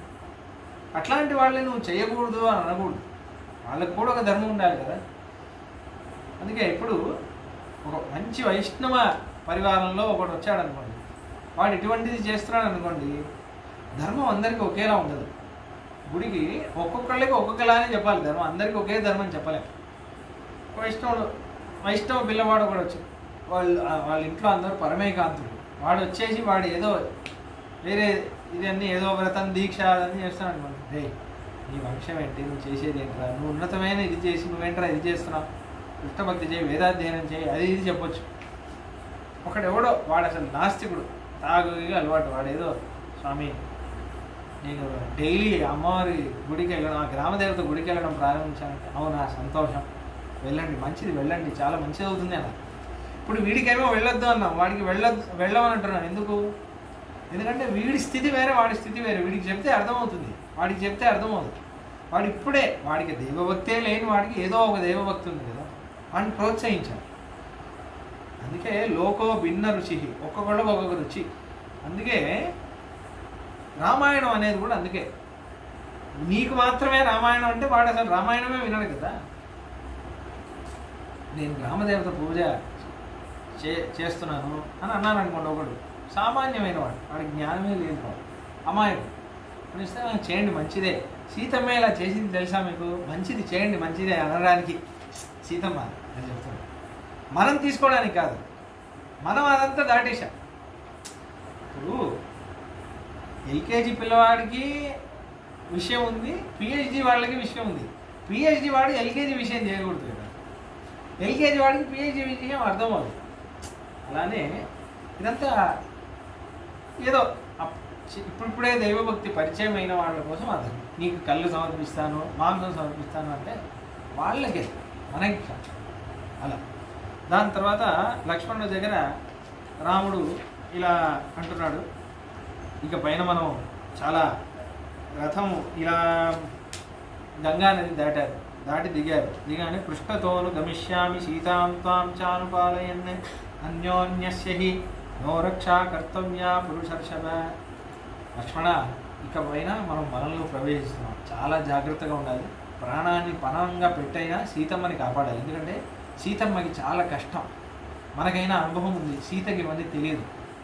చాలా నహితావత్ అతిక్రాంత సుఖరా కాచన క్రియ. నన్ను అడిగితే ఇక్కడ వరకు ప్రయాణం సుఖంగానే ఉంది, ఇకపైన అలా ఉండదు. చాలా తీక్ష్ణమైన అడవిలో ప్రవేశిస్తున్నాం, క్రూరమైన మృగాలు, ఎక్కడ చూసినా ముళ్ళులు అలా ఉంటాయి. కాబట్టి ఎక్కడి నుంచి ఏ ఆపద వస్తుందో తెలియదు, వనంలో ప్రవేశిస్తున్నాం, రాక్షసులు ఉంటారు, వాళ్ళు ఉంటారు, వీళ్ళు ఉంటారు. కాబట్టి సీతమ్మని చాలా కొంచెం కూడా పరాకు చెందకుండా మనం కాపాడాలి. నీకు నా కర్తవ్యం రా, కాబట్టి నువ్వు ముందు నాడు, సీత మధ్యలో నడుస్తుంది, నేను వెనకాల ఇక్కడ ఇలా నడుస్తున్నారు. మళ్ళీ అరణ్యకాండలో వేరే ఫార్మాట్లో నడుస్తారు, అది వచ్చినప్పుడు చెప్తారు. దాని తర్వాత అంటున్నారు, గతంతు గంగా పరపారమాశు రామం సుమంత్రం సతతం నిరీక్ష అద్ధ ప్రకర్షాద్ వినివృత్త దృష్టి ముమోచ బాష్పం వ్యతితస్తపస్వీ. కళ్ళార్పకుండా ఆ గంగా నదిలో ఆ పడవ ఈ ఒడ్డు, ఈవలి ఒడ్డు ఇటువైపు ఉంది, ఆవలి ఒడ్డు అటువైపు ఉంది. ఆ పడవ ఇలా మెల్లగా వెళ్ళి చిన్నగా అవుతుంది కదా, కనిపిస్తుంది కదా, అటువైపు వెళ్ళి కనిపించి దృశ్యం మాయమైపోతుంది. అక్కడ వరకు సుమంత్రుడు అలానే చూస్తున్నారు, రాముణ్ణి దర్శనం ఆగకుండా అలానే చూస్తున్నారు. ఇంకా దృశ్యం మాయమైపోయింది అనగానే భూమోచ బాష్పం యతితస్తపస్వి విక్కి విక్కి ఏడుస్తున్నారు. అలా ఏడుస్తున్నారు. ఏదో రాముడు వెళ్ళిపోయాడే. దాని తర్వాత అక్కడే కూర్చున్నారట. తర్వాత వస్తుంది ఇంకో కొద్ది సర్కిల్ తర్వాత చిత్రకూటం వెళ్ళాక మళ్ళీ సుమంత్రుడు రిటర్న్ వెళ్ళే విషయం చెప్తారు. 3 రోజులు అక్కడే కూర్చున్నాడు సుమంత్రుడు స్వామి. ఎందుకు అక్కడే కూర్చున్నారంటే మన ఆచార్య వ్యాఖ్యానం, ఏదో మళ్ళీ రాముడికి అనిపించి రే ఏదో నాకు ఇప్పుడు అనిపిస్తుంది సుమంత్రుడిని మనతో తీసుకెళ్దాం అనిపిస్తుంది అని మళ్ళీ పడవ నుంచి రిటర్న్ వచ్చి సుమంత్ర సరేదా నాతో అంటాడేమో, అలా అంటే మనం సిద్ధంగా ఉండాలి కదా అని 3 రోజులు ఎదురు చూశాను. దాని తర్వాత గుహుడి అనుచరులు, అక్కడక్కడ అనుచరులు అందరూ ఉంటారు కదా, గూఢాచారులు అందరూ, వాళ్ళందరూ రాముడు చిత్రకూటానికి చేరుకున్నాడు అనే విషయం వచ్చాకే సుమంత్రుడు బయలుదేరాడు. అప్పటి వరకు అక్కడే ఉంటాడు 3 రోజులు. రామసేవ కోసం ఎదురు చూస్తూ ఉంటాడు. అటువంటి గొప్ప గొప్ప భక్తులు ఉన్న కదా ఇది రామాయణం అనేది. అందరూ పవిత్రమైన భక్తులు. దాని తర్వాత ఒక ముఖ్యమైన విషయం, దాని తర్వాత అంటారు తౌ తత్ర హత్వా దాని తర్వాత అక్కడ మళ్ళీ ఒక చెట్టు దగ్గర అక్కడ రాత్రి వనవాసం చేశారు, రాత్రి నివాసం. అయితే రాముడు ఆ జటాముది ధరించుకొని వనవాసం చేసేంత వరకు తినలేదు, 3 రోజుల నుంచి తినలేదు ముగ్గురు. చాలా విపరీతమైన ఆకలి వేస్తుందంట పాపం. అంటున్నారు త్వరితం బుభుక్షితో, లక్ష్మణ చాలా ఆకలిస్తుందిరా అని చెప్పేసి తౌ తత్ర హత్వా చతురో మహామృగాన్ వరాహమశ్యం మృష్యం వృషతం మహారురుం ఆదాయ మేద్యం త్వరితం బుభుక్షితో వాసాయ కాలే యయతుర్వనస్పతి అని రాముడు లక్ష్మణుడు ఒక 4 జింకల్ని దుప్పి అంటారు, యాంటలోప్ జింకలో అదొక వెరైటీ, దాన్ని వేటాడి ఆ మాంసాన్ని పచనం చేసి తిన్నారు అని అంటున్నారు. ఇప్పుడు మనకి ప్రశ్న ఏంటి స్వామి, రామ సత్య పరాక్రమ అంటున్నారు, మనకంతా దైవం ఏంటి రాముడు మాంసం తిన్నాడు అంటున్నారు ఏంటిది రాముడు పోయి తిన్నాడా అనే ప్రశ్న వస్తుంది. క్షత్రియులకి అది ఉంది, ఆ ధర్మం ఉంది, క్షత్రియులకి తప్పులేదు. రాముడు క్షత్రియుడు తినొచ్చు, ఎవరెవరికి ఏ ధర్మం ఉందో అది కరెక్ట్గా చేయాలి. వీళ్ళు క్షత్రియులు అనేవాళ్ళు సైనికులు, వాళ్ళు యుద్ధం చేసేవాళ్ళు, ఏనుగుతో పోరాడాలి. ఒక్కొక్కసారి ఒక విషయం వస్తుంది రామాయణంలోనే, ఇక్కడ లేదు కానీ వేరే చోటు ఉంది, వేరే పురాణంలో. ఏనుగు ఐరావతం ఉంది కదా, ఇంద్రుడు ఏనుగు, అది ఏనుగులోనే అది చాలా బలశాలి. ఆ ఏనుగు ఉరుక్కుంటూ రావణాసురుడి దగ్గర వస్తుంటే ఇలా అంటాడట రావణాసురుడు, అది ఆగుతుంది. అంటే వీడికి ఎంత బలం ఉండాలి, అటువంటి బలం ఉండాలి వీళ్ళకి యుద్ధం చేయాలంటే. ఊరికే పరిగన్నం తినే వాళ్ళకి వాళ్ళు ఏం జీవితాన్ని దేశాన్ని ఏం కాపాడుతారు. కాబట్టి వాళ్ళకి అది విహితం, వాళ్ళు తినాలి, రాజ్యాన్ని కాపాడేవాళ్ళు కదా, కాబట్టి వాళ్ళకి విహితం అది, వాళ్ళు తినాలి. ఇంకోటి ఏంటంటే తినాలి అంటే మళ్ళీ వాళ్ళు ఏది పడితే తింటున్నారు. ఇంకోటి తురుష్కొలతో పండుగ ఉంది, 30 రోజుల పండుగ, మీకు తెలుసు కదా. దాంట్లో హిందువులే ఎక్కువ మంది తింటున్నారు, వాళ్ళకంటే చాలా బాధగా ఉంది. వాళ్ళైనా ఒక నియమంతోనే తింటారు, వాళ్ళు ప్రతిరోజు తింటున్నారు. ఆ నియమం లేదు ఏం లేదు, అలా అయిపోయింది. రాముడికి క్షత్రియులకి విధించుంది అంటే ఆయన తింటున్నాడు. ఇంకోటి మాంసాహారంలోనే చాలా సాత్వికమైన ఆహారం దుప్పి, జింక ఇవన్నీ, ఎందుకంటే ఇది చాలా సాత్వికమైన మృగం, ఇది తినొచ్చు అని ఇప్పుడంతా తింటున్నారే, అదంతా సాత్వికమే కాదు. ఇంకోటి ఏంటంటే రెండో విషయం ఏంటంటే ఇది యుగాంతర ధర్మం. ఇది రెండో విషయం, యుగానికి ధర్మం మారుతుంది. కృతయుగంలో పితృదేవతలు అని ఉన్నారు కదా, వాళ్ళకి ఈ ఏమంటారు మేక పిల్ల, దాని ఆహారం చాలా ఇష్టం ఉంది. దేవతలకు కూడా కొన్ని దేవతలకి ఆహారం అంటే ఇష్టం ఉంది. ఆ దేవతలకి పితృదేవతలు అని కొన్ని ఉన్నారు దేవతలు. అంటే పితృదేవతలు అంటే మీ నాన్న కాదు, మీ నాన్న అమ్మ కాదు, వాళ్ళు దేవతలు. వీళ్ళు అలా అవుతారంటే నైట్ నిమిషం నా వచ్చిన వాళ్ళకి ఈ మేక మాంసం అంటే చాలా ఇష్టం అని. ఆ కాలంలో శ్రాద్ధంలో అది భోజనంలో అది ఒకటి ఉండే, అదొక విషయంగా ఉంది. మేక మాంసం అదొక భోజనంగా ఉండేది. ఎందుకంటే పితృవులకి అదే కదా ఆహారం, అది ఉండేది. కానీ కలియుగంలో ఆ ధర్మం లేదు. ఎందుకంటే వాళ్ళందరూ ఋషులు, వాళ్ళ తపస్సుకి అది ఇదంతా చిన్న విషయాలు. వాళ్ళు ఆ తపస్సుకి వాళ్ళకి అపారమైన తపస్సు. కలియుగంలో కొన్ని యాగాలు కూడా నిషేధం. అశ్వమేధ యాగం చేయకూడదు అన్నది కలియుగంలో. గుర్రం అశ్వమేధ యాగం కొన్ని యాగాలన్నీ చేయకూడదు కలియుగంలో నిషేధం. చేసిన సిద్ధి అవదు అన్నది. ఎందుకంటే అటువంటి తపస్సులైన బ్రాహ్మణులు ఉండరు అన్నది కలియుగంలో. ఆపస్తమ మహర్షిని అంటున్నారు కలియుగంలో ఋషులు రారు అంటున్నారు. ఋషులు అవతారం చేయరు కలియుగంలో అంటున్నారు. ఇక అంతే ఒక యోగా సర్టిఫికేట్ వస్తే మహర్షి అని వేసుకుంటున్నారు టైటిల్. ఇప్పుడంతా మహర్షి అని వేసుకుంటారు. ఆ యోగి ఈ యోగి ఏం చేశాడంటే బిఏ ఇన్ యోగా, పతంజలి యోగా. అలా కాదు, మహర్షి అంటే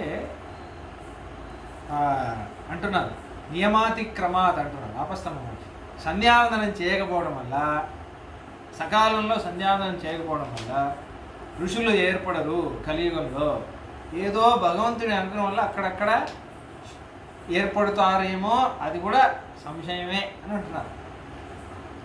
శృతార్షయస్తు భవంతి కేచిత్ అంటున్నారు. అంటే నిజమైన ఋషులు మాత్రం ఏర్పడరు. శృతార్షి అది తర్వాత చెప్తాను. శృతార్షి అంటున్నారు.